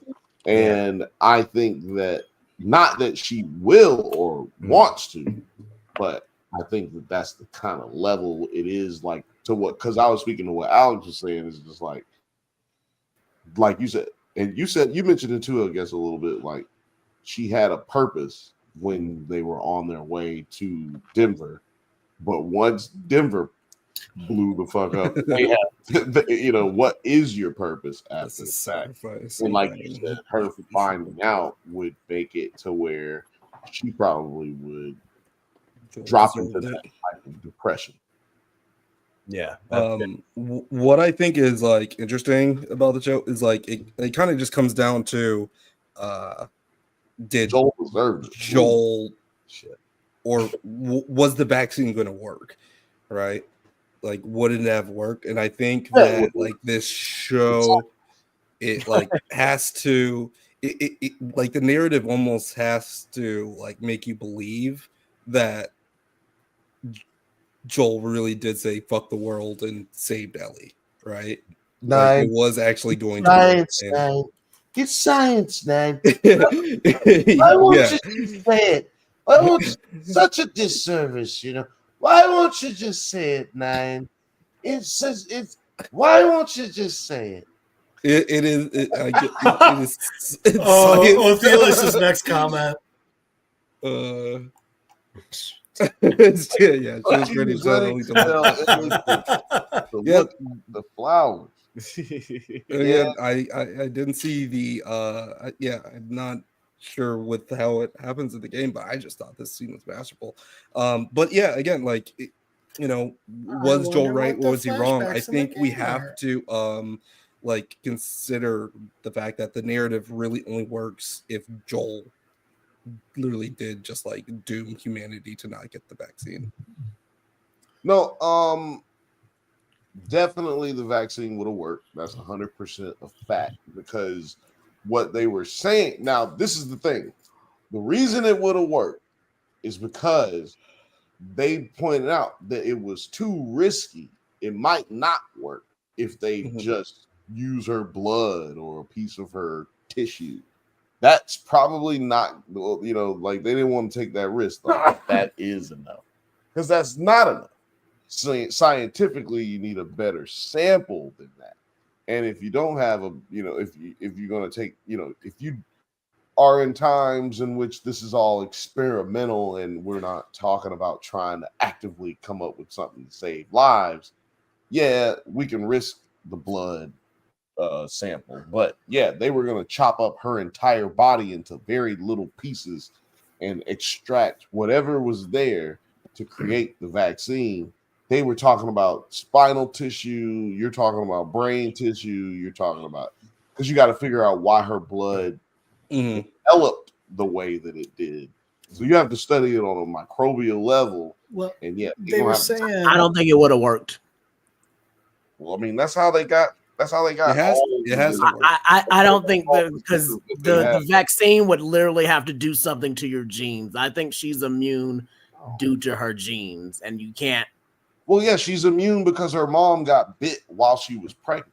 Right, and I think that manipulated her genes, and I don't think you can make a vaccine that could. Well, that's what they do with the vaccine. She's a daywalker. You're manipulating. Yeah, like basically a daywalker. You're manipulating the virus, not the vaccine. It's just like with the flu. The flu is a manipulation of the vaccine because they use the flu. They give you a little bit of the flu to make your body create the antibodies to fight off that virus. But so the idea would be that once they were able to extract the virus from her blood, because her blood is the virus. So once they were able to extract her blood from the virus, they would then be able to easily create the protein that then develops what we call the antibodies once it gets into the body. Yeah, either way, what they should have done. Either way, Joel said what they should have done is just like replicated the experiment. Yeah, is like get a bunch of women pregnant, get them. But they don't know that's how she came to birth. Nobody knows that's what happened. Well, look, Marlene should. That is a very fucked up thing to do, but also that is important. Not really any more fucked up than the rest of the shit that they've done in the show. So exactly. I will give you that is something that they could have done. Yes, or could do. It's not a could have. They still have the opportunity to do that. I do want to wrap things up before we get to the 3-hour mark, which we're definitely going to hit. But the next morning, they oversee the wolf, including Abby's friend Nora, infiltrating the Lake Hill Hospital, and Dina tells Ellie that she still wants to go with her. I think this is going to be a conflict going forward, but I do like the way that this episode ends with these two children. She's on their fingers in this full-on war zone. Any final thoughts on the way that? Hold on, check out this. Laura said also vaccine technology in 2013 wasn't as advanced today. So yeah, you'd have to chop her entire body all the way. It's not even 2013. They wouldn't It's have been able to do it. 2003. They just wouldn't have been able to get it. In the show, it's 2003 too. So yeah, it just wouldn't have been possible for them. It would have been possible. They would have chopped up this girl and been like, nope, I still don't know what the fuck I'm doing. No, that's exactly how it's possible. They just takes longer, but it would have taken longer, and it wouldn't have happened at all if they only used the blood. On team, it would have been futile. But Joel completely eliminated all hope. Hey, believe exactly. I'm more down on this point right here. Thank you for bringing it back. Hold on. That's exactly the whole point. Is what you brought it back to, which is Joel made it to where no hope for any of the shit that we just speculated would happen, which is why Ellie is going to be in this, what we were talking about, Jeff was mentioning, this depressed state that's going to lead her to, possibly make decisions that, maybe that aren't as rational. Or Joel's decision. I'm arguing for his decision, but I am against his decision personally. I would have let them chop her up. I wouldn't have stopped it. Even though I don't believe that it would have worked, I still wouldn't have stopped. Well, that's a great point. I'm glad you said that because you had conflicting statements. I'm glad you said that because that comment that Nine just had up that Joel deserved it. Ophelia said Joel deserved it. Smoking on that Joel pack, haha, R.I.P. Bozo, we don't miss you.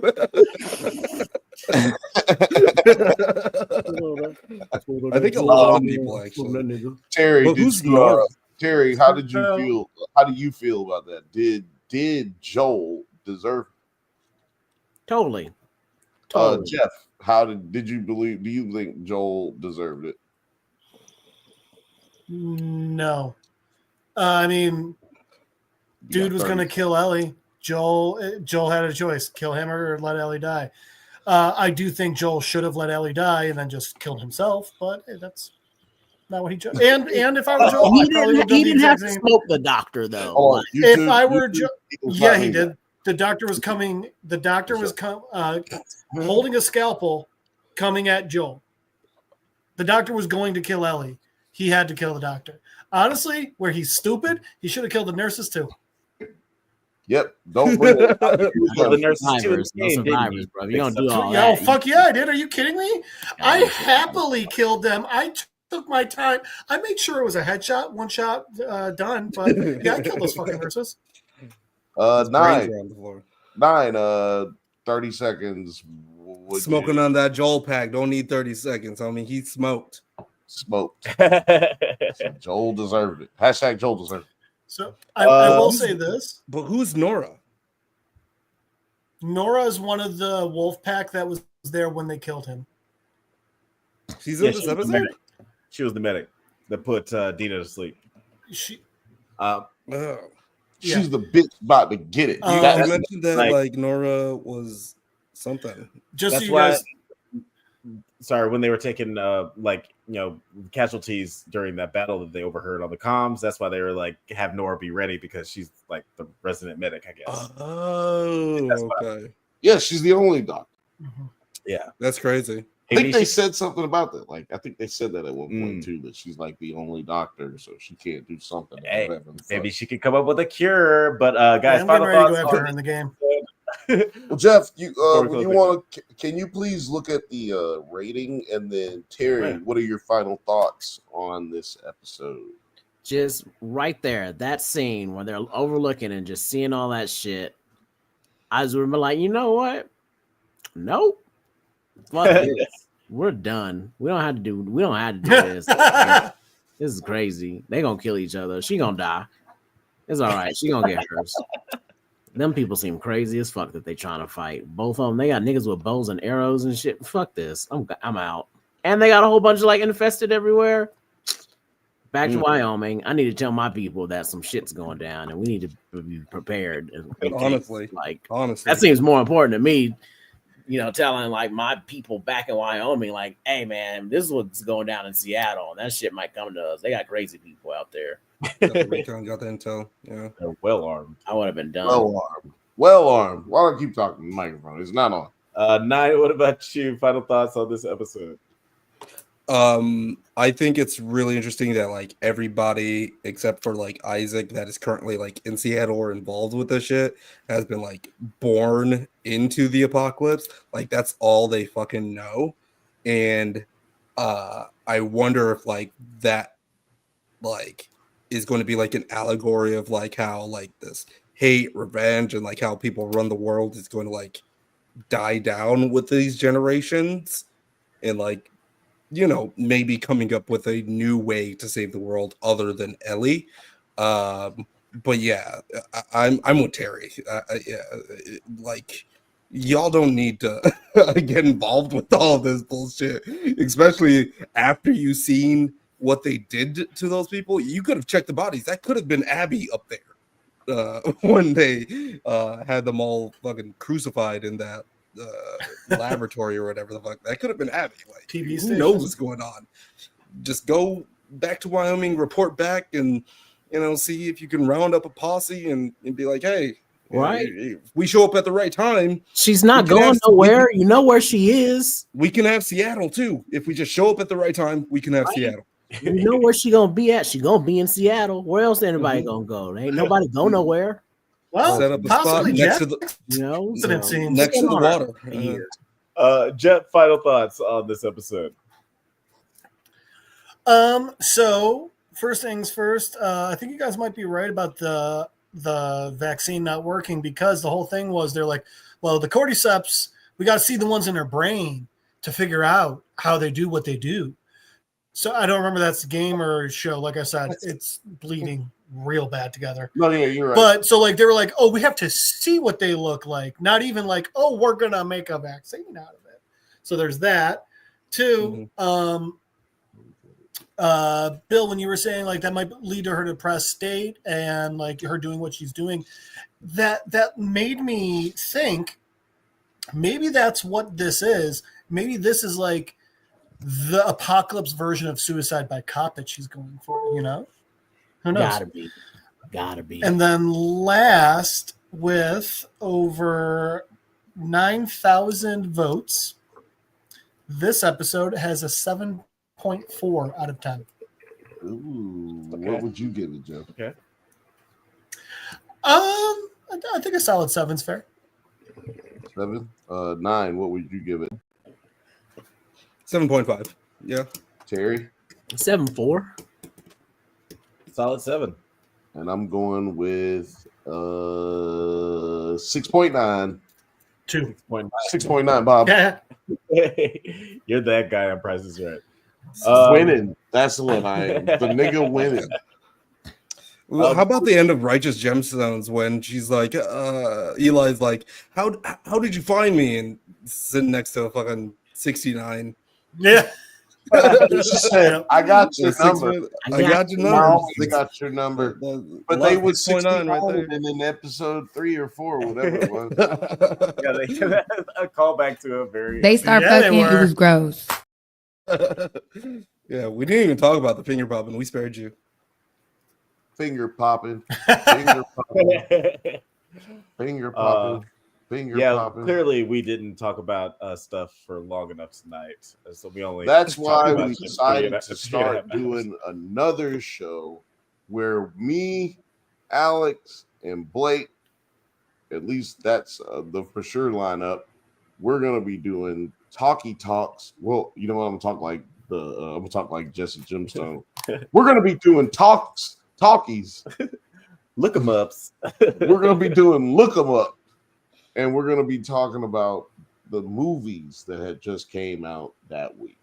Thunderbolts.